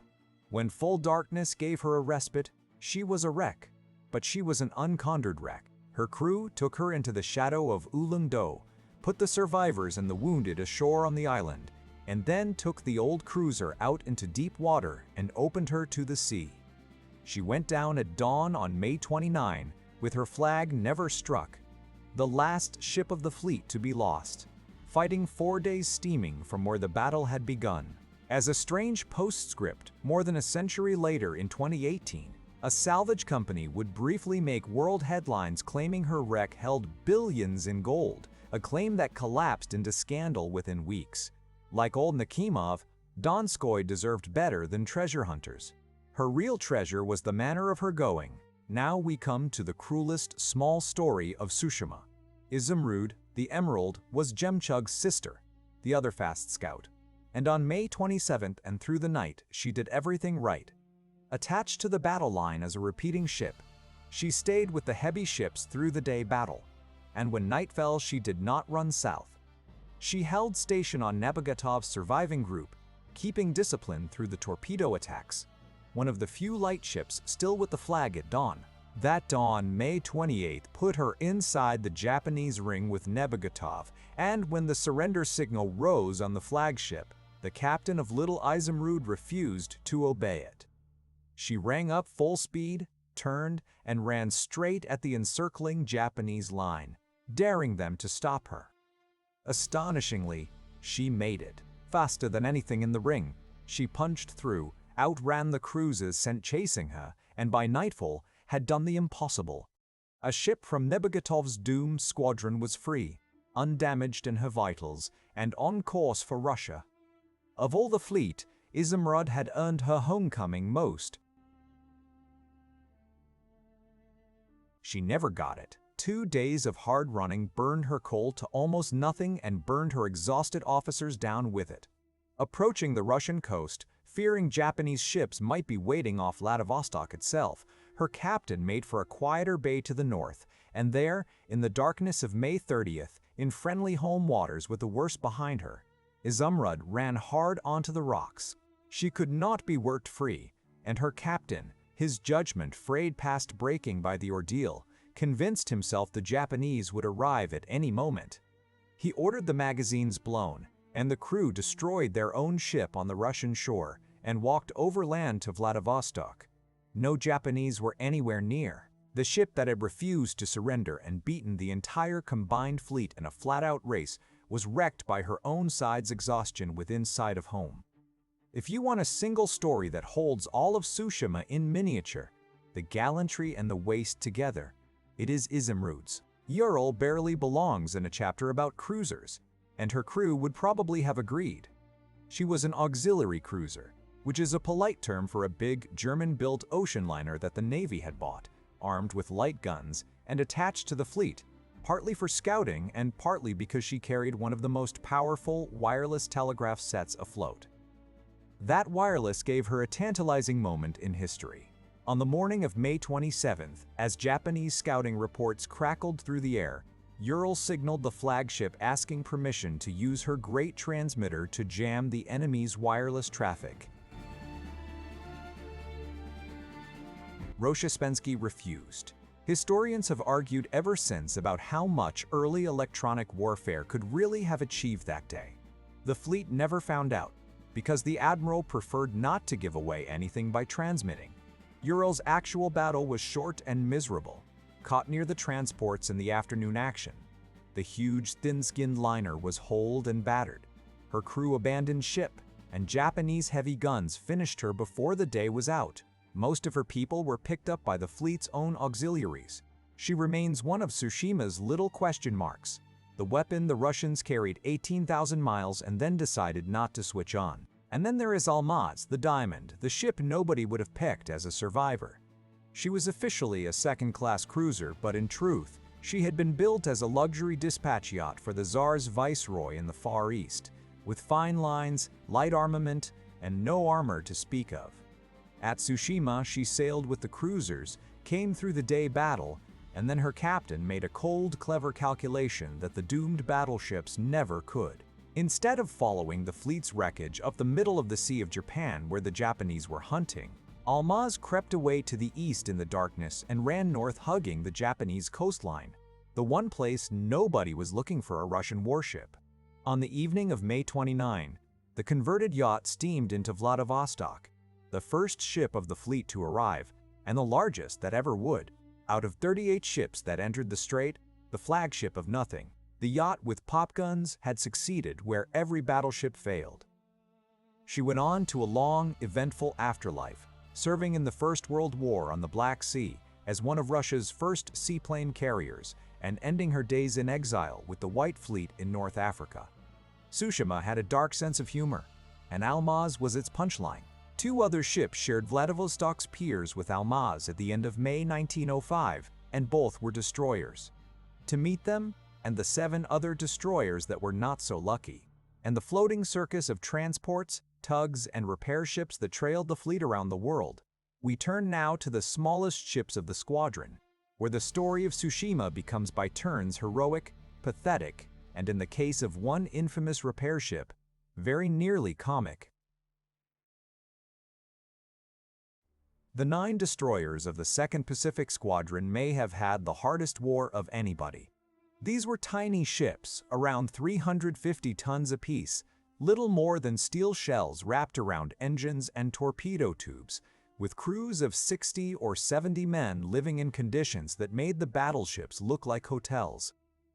They were designed for short, violent dashes from friendly harbors, Instead, they were dragged 18,000 miles across 3 oceans, often under tow or wallowing in seas that buried them to the funnels, and they arrived at Tsushima with their machinery worn to the bone.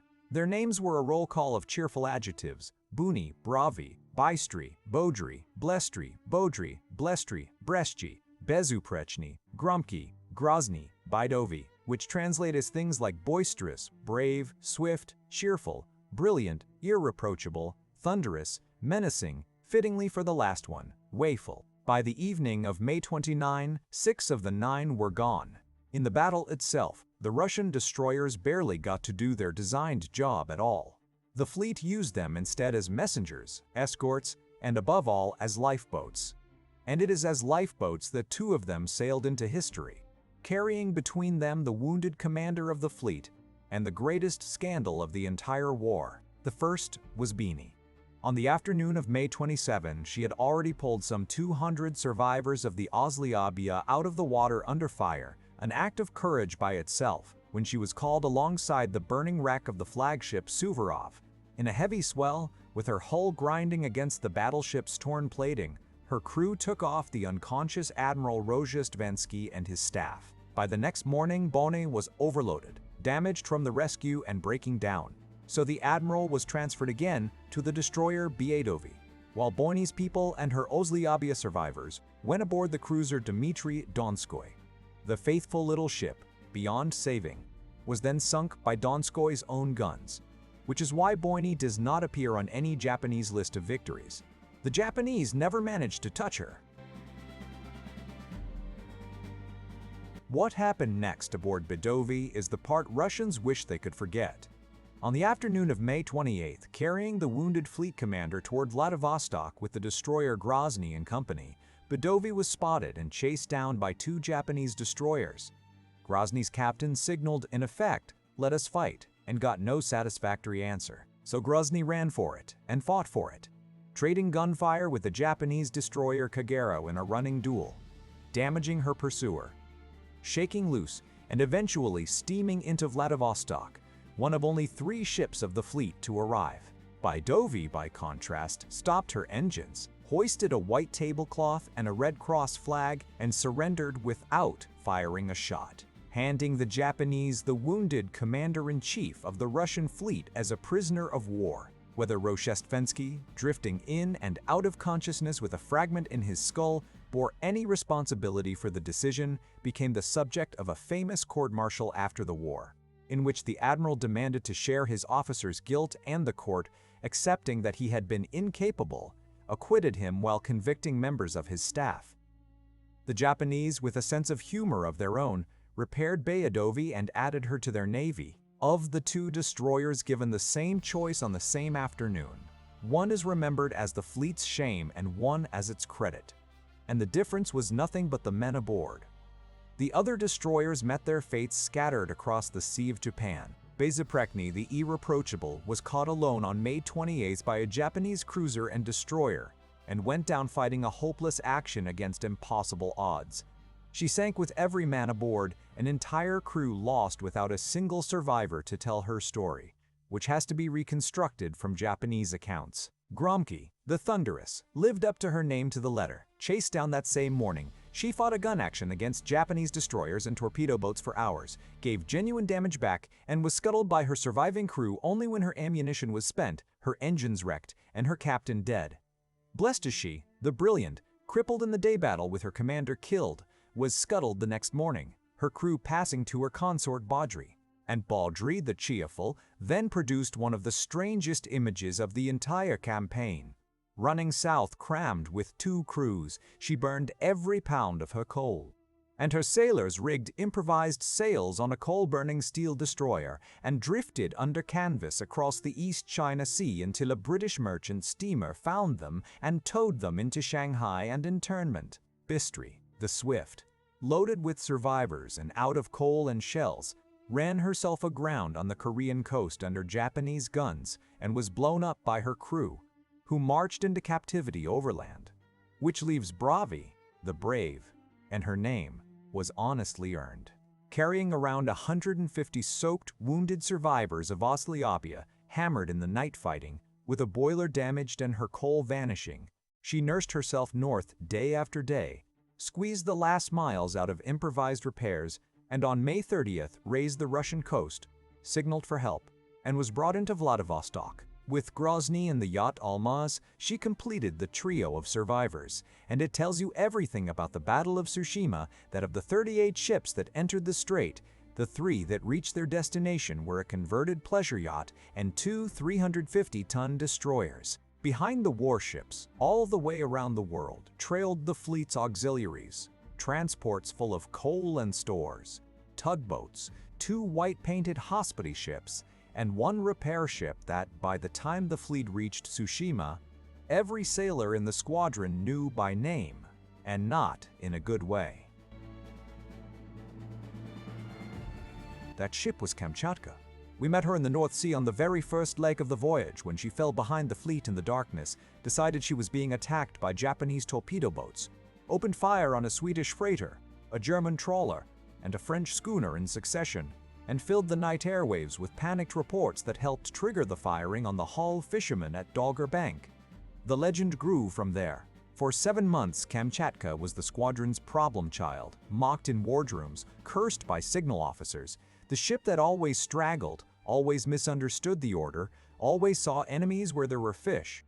If the Voyage of the Second Pacific Squadron had a court jester, she was it, which makes her last day all the more worth telling straight. At Tsushima, when the fleet's formation collapsed and the wounded flagship Suvorov drifted out of the line, Kamchatka, a repair ship with a handful of light guns, ended up standing by her. She was last seen near the dying flagship on the evening of May 27th, fighting off torpedo boats with whatever she had, and she was sunk that evening with heavy loss of life, her captain among the dead, having spent her final hours doing the most honorable work of her career. History remembers Kamchatka as a punchline, and the stories are funny, right up until the moment you remember how her story ends. She earned the right to both halves of her reputation. The rest of the train scattered to every point of the compass, and their fates read like a lottery. The big transport Anadir pulled off one of the great unsung escapes of the battle. She simply turned south in the chaos, vanished into the empty ocean, and was next heard of at Madagascar, having recrossed half the world alone and unescorted. She eventually returned to Russia and outlived nearly everyone in this story, still in service decades later. The transport Irtish, holed in the day battle, limped toward the Japanese coast and went down there, her crew rowing ashore into captivity in Japan itself. The transport Korea and the little tug Svir made it to Shanghai and internment, while the ocean-going tug Rus, whose job had been to tow broken destroyers across 3 oceans, was lost in the battle on May 27th, her crew rescued as she went down. And then there were the 2 hospital ships, Oriole, not to be confused with the battleship of the same name, and Kostroma, steaming at the rear of the fleet in their white paint and bright lights exactly as international law required. It was hospital ship Oriole's honest, law-abiding lights that the Shinano Maru spotted in the small hours of May 27th. The lights that betrayed the entire fleet. The Japanese stopped and seized both hospital ships during the battle. Kostroma was later released, but Oriole was kept as a lawful prize. The Japanese arguing she had performed services beyond her humanitarian role. There is something almost too neat about it. The fleet that had crossed the world in secrecy and fear was undone, in the end, by the one ship in its company that was following the rules to the letter. 38 ships, and now you know every one of them. So let us go back to the beginning of the end, to the small hours of May 27th, 1905, and watch the trap close. Because on the other side of the strait, aboard a flagship called Mikasa, a quiet man from Satsuma had spent 7 months preparing for this exact morning, and he was about to fight the most one-sided major naval battle of the modern age. Admiral Togo Hayachiro was in his late 50s in May 1905, a small, quiet, undemonstrative man from the old samurai province of Satsuma, and he had spent his whole life preparing, in one way or another, for the next 24 hours. As a young officer, he had been sent to England, where he spent 7 years studying seamanship and gunnery aboard British training ships, and he had come home with the Royal Navy's religion of drill, drill, and more drill stamped into him. Drill, drill stamped into him.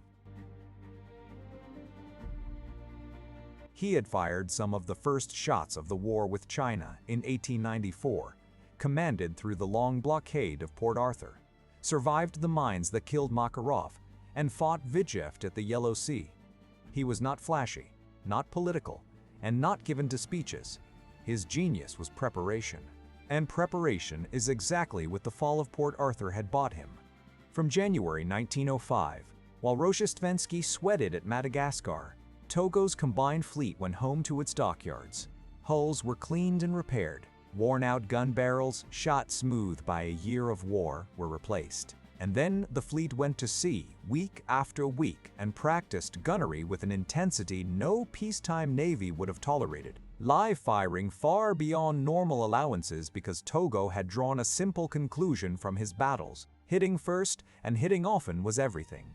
His ships were armed for the lesson. Japanese shells were thin-walled and packed with a ferocious high explosive called shimos, fitted with fuses so sensitive they burst on contact with anything: a mast, a boat, the surface of the sea.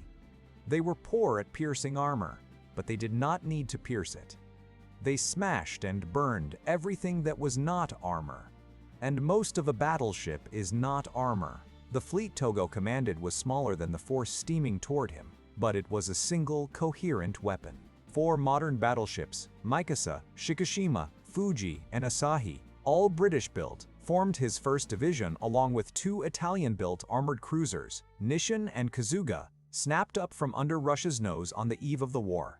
Behind them came Admiral Kamimura's 2nd Division of 6 fast armored cruisers, ships strong enough to stand in the battle line and quick enough to chase anything that ran.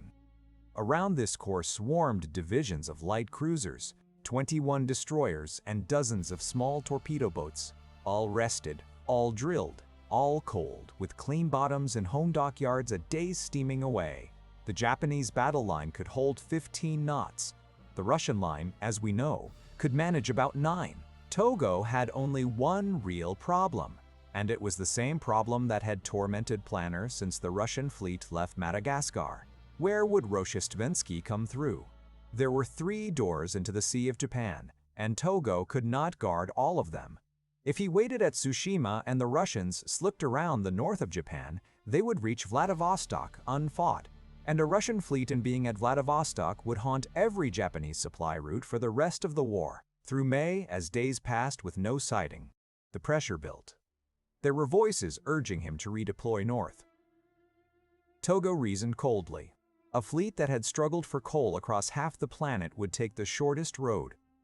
He kept the combined fleet at its anchorage on the Korean coast, opposite the Tsushima Strait, posted a picket line of auxiliary cruisers across the southern approaches, and waited. At 4:45 on the morning of May 27th, the wireless aboard Mikasa stuttered out the message from Shinano Maru. The enemy fleet was in sight, in grid square 203. Within hours, Togo had sent Tokyo a signal that every Japanese schoolchild would one day learn, reporting that the combined fleet was putting to sea to attack and destroy the enemy, and ending with the most famous weather report in naval history. The weather today is fine, but the waves are high. Through the morning, the 2 fleets converged in mist and rising swell.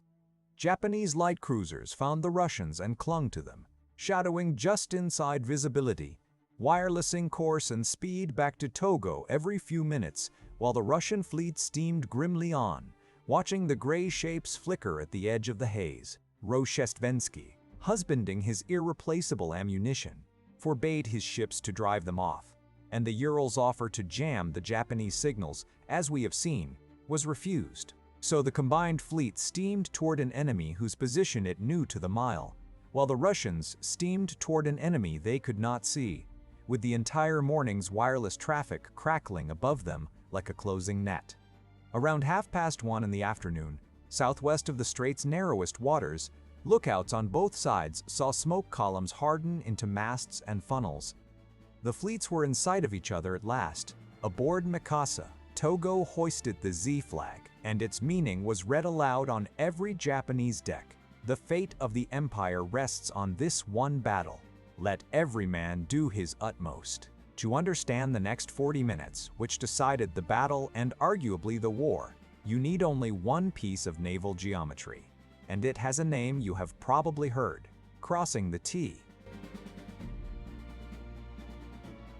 A battleship of 1905 fired most of its guns over the sides, not over the bow, so a line of battleships steaming one behind another was like a wall of guns facing sideways.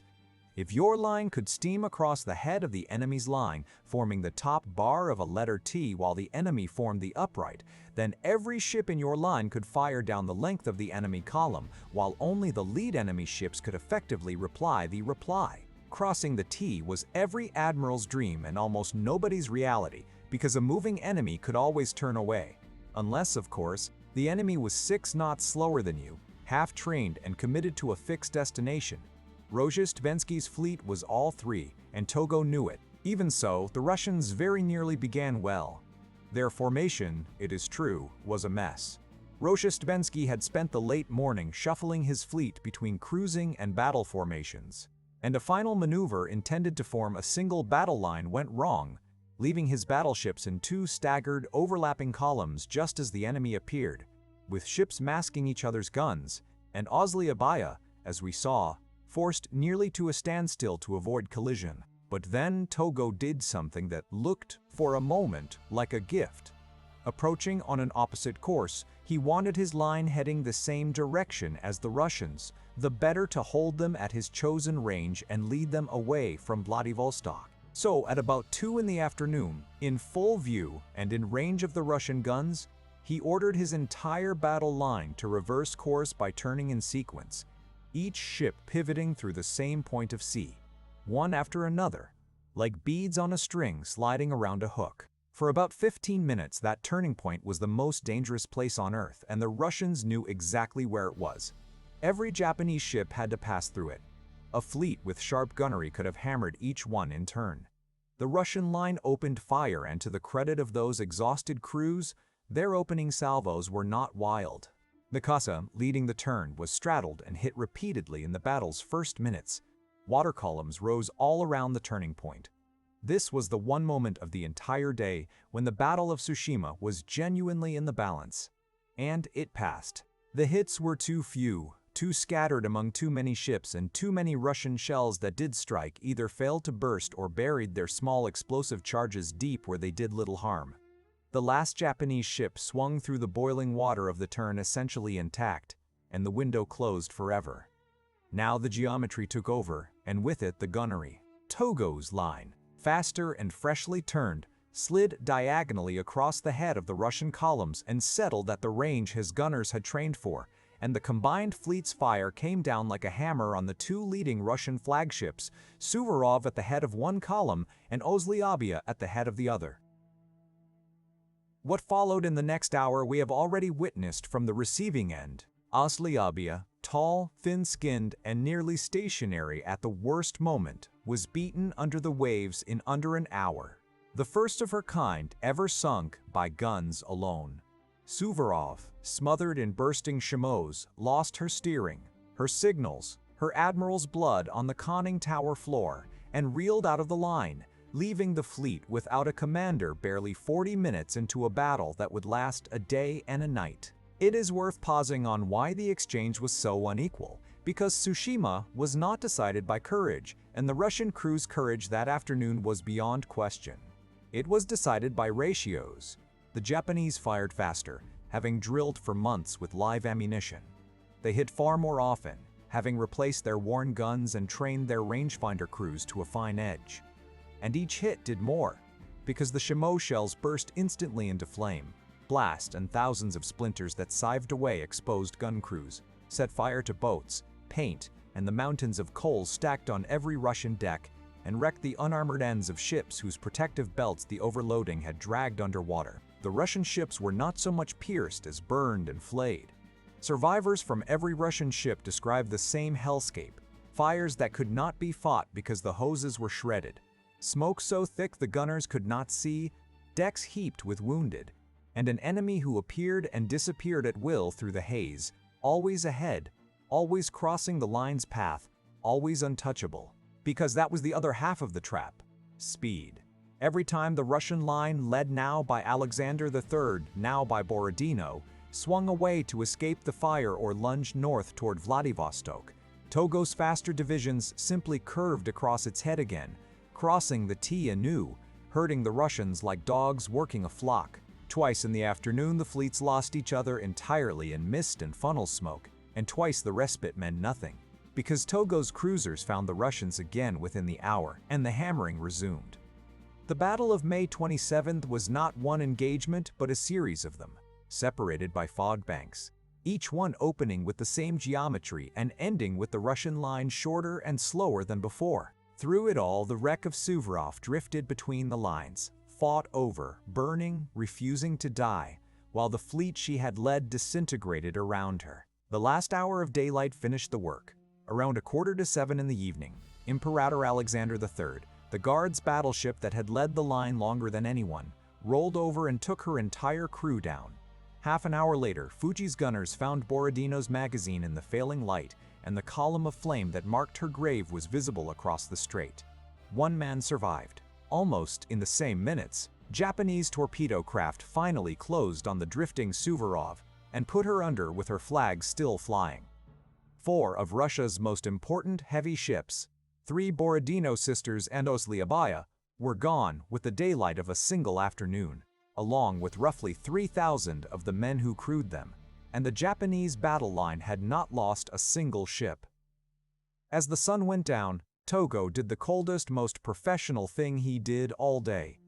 He stopped. His battleships and cruisers ceased fire, turned away, and steamed calmly north to a rendezvous off Dajale Island, directly across the road to Vladivostok, to rest his crews and wait for morning. The darkness he left behind was not mercy. Into it, from every point of the compass, came his 21 destroyers and nearly 40 torpedo boats, with orders to hunt all night.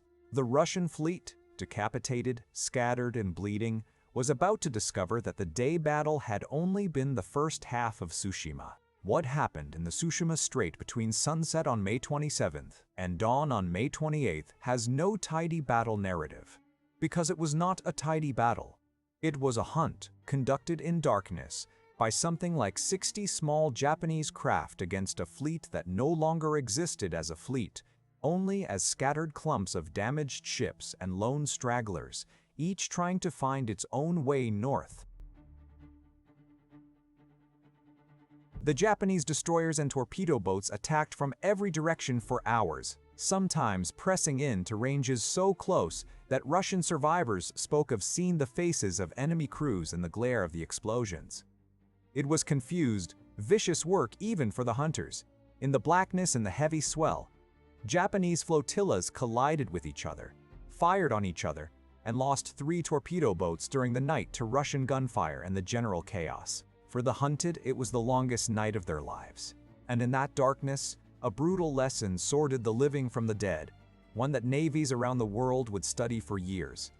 The ships that switched on their searchlights and blazed away at every shadow, which was the instinctive, human thing to do, drew the torpedo craft to themselves like moths gathering to a lamp. One after another, the old ships of the 2nd Division, already wounded from the day battle and straggling at the rear, lit themselves up and paid for it. Navarin, Sysoy Veliki, Admiral Nakimov, and Vladimir Monomach, whose individual ends we have already witnessed, all took their fatal torpedo and mine damage in these hours, all of them ships that had fought the searchlight battle. By morning, all 4 were sinking or scuttled around the island of Tsushima, as if the strait itself were collecting the fleet's elders. Nevigatov's group did the opposite, and it is the one piece of pure professional competence the Russian fleet displayed that night. The old admiral kept his little column, Nikolai I, the battered Oryol, Apraksin, and Senyevin, with Izumrud hanging on the flank, completely dark. No searchlights, no wild firing, no panic. The ships held their stations on each other's dim shapes, repelled what attacks reached them with brief, controlled fire, and steamed steadily north all night through water that was killing everyone around them. Torpedo after torpedo missed or was never fired, because the torpedo boats could not find what would not light itself. When the sky began to gray on May 28th, Nebagotov's column was intact, in formation, on course for Vladivostok, and roughly 300 miles of open sea were all that remained of an 18,000-mile voyage. The men on those decks, watching the darkness thin, could be forgiven for believing the worst was behind them. Then the light came up, and with it, the smoke. A funnel smudge here, another there, then more on the port side, the starboard side, ahead, astern. Through the morning, the smudges became masts, the masts became ships, and the ships became the entire Japanese combined fleet, rested and refueled from its quiet night off Dzali, closing in from every point of the horizon at a speed Nebagotov's worn-out column could not dream of matching. By mid-morning, the Russians steamed inside a vast, slowly tightening ring of more than 24 warships. There was no fog to hide in, no night to run to, and no Vladivostok in time. What happened next happened in the open, in daylight, in front of 10,000 witnesses, and Russia has been arguing about it ever since. Togo fought the last act of Tsushima the way he had fought the first, with geometry. His ships took station around Nebagotov's column at a range of roughly 12,000 meters and opened a deliberate, almost leisurely fire. The range was the whole message. At that distance, Japanese guns with their fresh barrels, trained crews, and superior fire control could hit. The old guns of Nikolai I and the coastal ships could barely reply, and the few shots they did throw fell short. Togo was demonstrating, shell by shell, that he could destroy the Russian squadron at his convenience without ever entering its reach. It was not yet a massacre, but it was the proof that one was available on request. On the bridge of Imperator Nikolai I, Nebogotov ran the arithmetic that Rozhestvensky had never written down for him, because Rozhestvensky had never told him anything. Roughly 2,400 men were under his flag in that ring. Exhausted gunners, stokers, the wounded of 3 ships packed aboard the survivors. Fighting meant that all of them would die in an action that could not last an hour and could not change the war by 1 inch. Scuttling the other honorable exit takes time, and ships being abandoned under deliberate fire at 12,000 meters do not get time. It would be the same massacre with extra steps.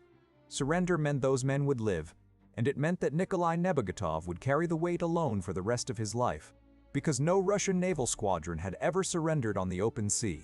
He is recorded as telling his officers that he was an old man of more than 60 years, that they could shoot him for what he was about to do, but that he would not burn thousands of young lives for the sake of his own reputation. Then he ordered the international signal of surrender hoisted. Even the surrender went hard. The signal was unfamiliar enough, and the disbelief on the Japanese side great enough, that the firing did not immediately stop, and aboard Nikolai I, they finally resorted to the unmistakable, a Japanese flag, run up over a Russian battleship by Russian hands. The engines were stopped. Across the water on Oriol, on Apraxin, on Seniavine, officers wept, raged, and obeyed. Some threw gun breeches and signal books overboard. The small, bitter housekeeping of capitulation. And one ship, as we saw, refused the order outright. Little Izumrud put her helm over, worked up to full speed, and tore through the Japanese ring in a dash. Nothing in the combined fleet could match, carrying her own appointment with a quieter tragedy on the Russian coast 2 nights later. Togo, to his credit, took the surrender with restraint and treated the beaten squadron with formal courtesy.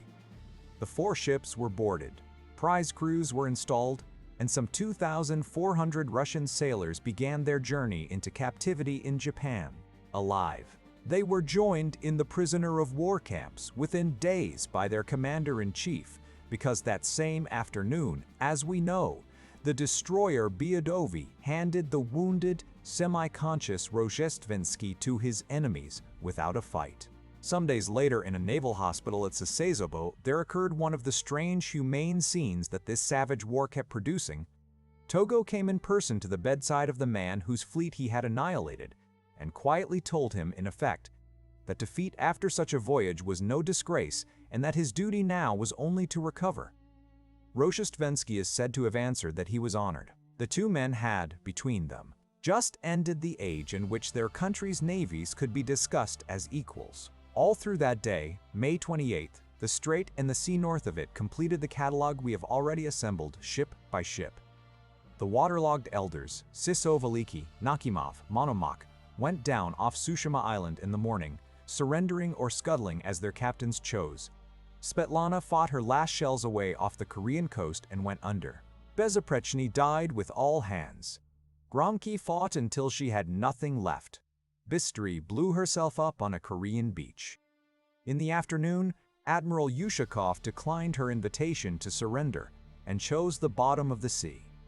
In the evening, far to the north, old Dmitry Donskoy held off 6 cruisers until dark and scuttled herself at dawn, the last loss of the battle. And threading through all of it, the survivors ran, Almaz hugging the Japanese coast, Grozny and Bravi limping north on their last tons of coal, Enkvist's 3 cruisers heading for Manila, Anadir vanishing toward Madagascar, the lucky and the clever and the simply fortunate, each carrying a fragment of the fleet's story away from the wreck. Then it was over, and the world started counting. And the counting is the part that no one, then or since, has quite been able to believe. Russia had sent 38 ships into the Tsushima Strait. Around 20 of them had been sunk, including every single one of the 8 battleships of the main line. 4 sunk on the first day, 2 sunk or scuttled the second morning, and counting the line's survivors, the rest in enemy hands, for 5 ships in all, 2 battleships and 2 coastal defense ships and a destroyer, were captured and added to the Japanese Navy. 6 more ships were interned in neutral ports until the war's end. 3 reached Vladivostok. Somewhere between 4,000 and 5,000 Russian sailors were dead. Nearly 6,000 more were prisoners, and both fleet commanders, Rozhestvensky and Nebukatov, were in Japanese hands. The Imperial Japanese Navy, for its part, had lost 3 torpedo boats. 3. Its dead numbered around 120 men. In the entire recorded history of fleet warfare in the modern era, there is no other result like it. Navies use the word annihilation loosely, but Tsushima is the case where it is simply the technical description. Russia needed someone to blame, and the courts-martial after the war supplied the spectacle. Rozhestvensky, recovered from his wounds and ashamed of his survival, demanded to be held responsible for Biadovi's surrender and was acquitted over his own objections, the court ruling that an unconscious man commands nothing. Nebukatov, who had saved more Russian lives in one morning than any officer in the war, was sentenced to death for it. The sentence was commuted to 10 years in a fortress, of which he served a fraction before being quietly released. He lived out his life in obscurity, defending his decision without apology. The lives, he said, had been worth more than the ships. The ships, meanwhile, served other masters. Oriol steamed for years as the Japanese Iwami, Nikolai I as Iki, Apraxin and Siniavin as Okinoshima and Mishima. The fruits of Russian shipyards flying the flag of the rising sun, the most public possible reminder of what had happened in the strait. But the true accounting of Tsushima was never going to be taken in ships and prisoners. The battle reached out of the Sea of Japan and rearranged the world. And that is where this story has to end. With what those 2 days in May 1905 did to Russia, to Japan, and to every navy on Earth, news of Tsushima reached St. Petersburg piecemeal, and for a day or two the sheer scale of it outran belief. Russia had absorbed bad news from the Far East for 16 months. A lost battle here, a fallen fortress there. But this was different in kind. The Baltic fleet was not damaged or checked or forced to retire. It was gone, and the Pacific Squadron had already gone before it, which meant that the Russian Empire, a nation whose navy had ranked among the first 3 or 4 in the world when the war began, now possessed outside the locked pond of the Black Sea, essentially no battle fleet at all. 2 decades of shipbuilding budgets, the pride of the dynasty, and the careers of a generation of officers had been converted, in about 30 hours, into wreckage on the floor of a strait most Russians had never heard of. The political shockwave was, if anything, larger than the naval one. Russia in May 1905 was already a country on fire, with the humiliation of the war feeding strikes, peasant unrest, and the revolutionary movement that had been building since the massacre of Bloody Sunday in January. Tsushima poured fuel on all of it. The defeat was so total, so public, and so obviously the product of the regime's own decisions that it became an argument against the autocracy itself. A system that could take a fleet, 18,000 miles of effort, and 12,000 men, and spend them like that, was a system that could not be trusted with anything. Within weeks, the unrest reached the Navy itself, and sailors of the Black Sea battleship Potemkin, the fleet Tsushima had not touched, mutinied and ran up the red flag in one of the most famous risings of the year. By autumn, Nicholas II, the same Tsar who had insisted the Second Pacific Squadron sail, was forced to concede a constitution and a parliament to keep his throne. He kept it for 12 more years. The men of the fleet who came home from Japanese prison camps came home to a different country, and many of them, like the sailor novelist of the Oriole, came home convinced that the old Russia deserved what was coming to it. The road from the Tsushima Strait to 1917 is not a straight line, but it is a real one, and the Navy itself drew the connection. The cruiser that fired the signal shot of the October Revolution was a Tsushima veteran. For the war itself, Tsushima was the end. The entire strategic argument of the conflict had been about command of the sea, because Japan's armies in Manchuria lived on shipping. And after May 28, 1905, there was no longer anyone to dispute it. Russia could still fight on land, and in pure numbers could have fought for years. But the treasury was empty, the country was in revolt, and the one weapon that could ever have reversed the verdict was at the bottom of the strait. Japan, for its part, was victorious and exhausted in equal measure. Its manpower and finances stretched to the breaking point behind the parades. Both empires, for opposite reasons, wanted out. That summer, the President of the United States, Theodore Roosevelt, brokered peace talks at Portsmouth, New Hampshire, and in September 1905, the war ended on terms that gave Japan its position in Korea and southern Manchuria, half of Sakhalin Island, and the lease of Port Arthur, the harbor where the whole story had begun. Roosevelt got the Nobel Peace Prize. Japan got the standing it had fought for, the first Asian state of the modern era to defeat a European great power in full-scale war. A fact whose echoes would run through the politics of Asia for the next 100 years, from Tokyo to the colonized capitals of the East, where the news of Tsushima was read quietly, as proof that the Europeans could be beaten. Inside Japan and inside its navy, the victory hardened into something close to scripture, and here the story grows a darker branch. Tsushima taught the Imperial Japanese Navy that wars are won by a single, perfectly prepared, annihilating fleet battle, and the lesson was true in 1905 and poison ever after. For the next 40 years, Japanese naval doctrine, shipbuilding, and training were organized around producing a second Tsushima, the decisive battle that would destroy an enemy fleet, even as warfare moved on to submarines, aircraft, and industrial attrition that no single battle could decide. The young officers who absorbed that creed carried it all the way to the Pacific War against the United States, and one of them carried a physical souvenir. A junior officer named Isoroku Yamamoto stood on the deck of the cruiser Nishin in Togo's line at Tsushima, was wounded by a shell burst, and lost 2 fingers of his left hand there. 36 years later, as commander of the combined fleet, he planned Pearl Harbor, an attempt to win a war in a single prepared blow against an anchored fleet conceived by a man who had bled at Tsushima and a navy that had never stopped refighting it. The greatest victory in Japanese naval history thus did double work. It made the Imperial Navy, and it helped to unmake it. And for every other navy on Earth, Tsushima was the great full-scale experiment, the only time the new steel battleships ever fought a fleet action to a finish. And the world's admiralties tore into the data like scientists. The conclusions came fast. Big guns at long range had decided everything. The medium-caliber batteries that cluttered every battleship's sides had contributed smoke and little else. Therefore, the future belonged to ships carrying nothing but big guns, with the speed to choose the range, exactly the speed Admiral Togo had used like a scalpel. Within 18 months of the battle, Britain launched HMS Dreadnought, the first all-big-gun battleship, A ship so plainly superior that she made every existing battleship on Earth, winners and losers of Tsushima alike, obsolete on the day of her launch, and gave her name to the New Age.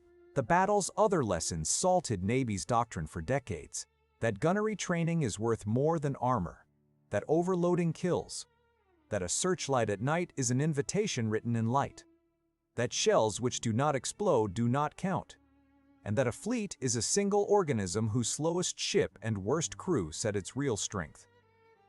Every one of those lessons had been paid for in Russian lives, and the bill had been itemized ship by ship in the catalog you have just heard. Today, 2 ships survive to face each other across that history.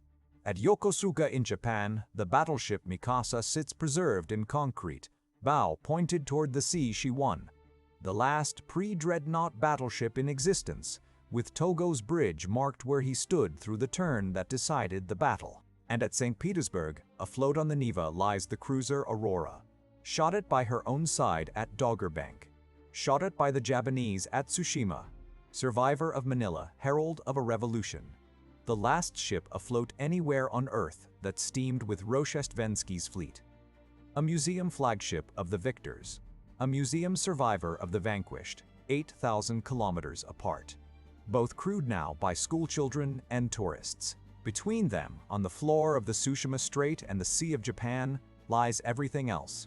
Suvorov with her 900, Alexander III with all hands, Borodino and her 1 survivor's shipmates, Ozlyabia and the dead admiral's secret, Navarin and her 3 witnesses, Ushakov with her flag still flying somewhere in the dark, and all the others, the proud, the old, the unlucky, and the absurd, of the fleet that sailed around the world. So when you remember Tsushima, remember it the way the evidence tells it. This was not a fleet defeated in a single afternoon. It was a fleet worn down by distance, by politics, by bad luck and bad planning and bad coal, by 7 months at sea and a government that would not turn it around. And then, at the end of all that, it was met by the most disciplined navy it could possibly have found. In that navy's home waters, on that navy's chosen ground. The wonder of Tsushima is not that the Russians lost. The wonder is that, knowing everything we now know, and everything most of them already suspected, 12,000 men took those 38 ships into the strait anyway. And that so many of their stories, the heroic and the shameful and the strange, were worth telling, 1 ship at a time, more than a century later.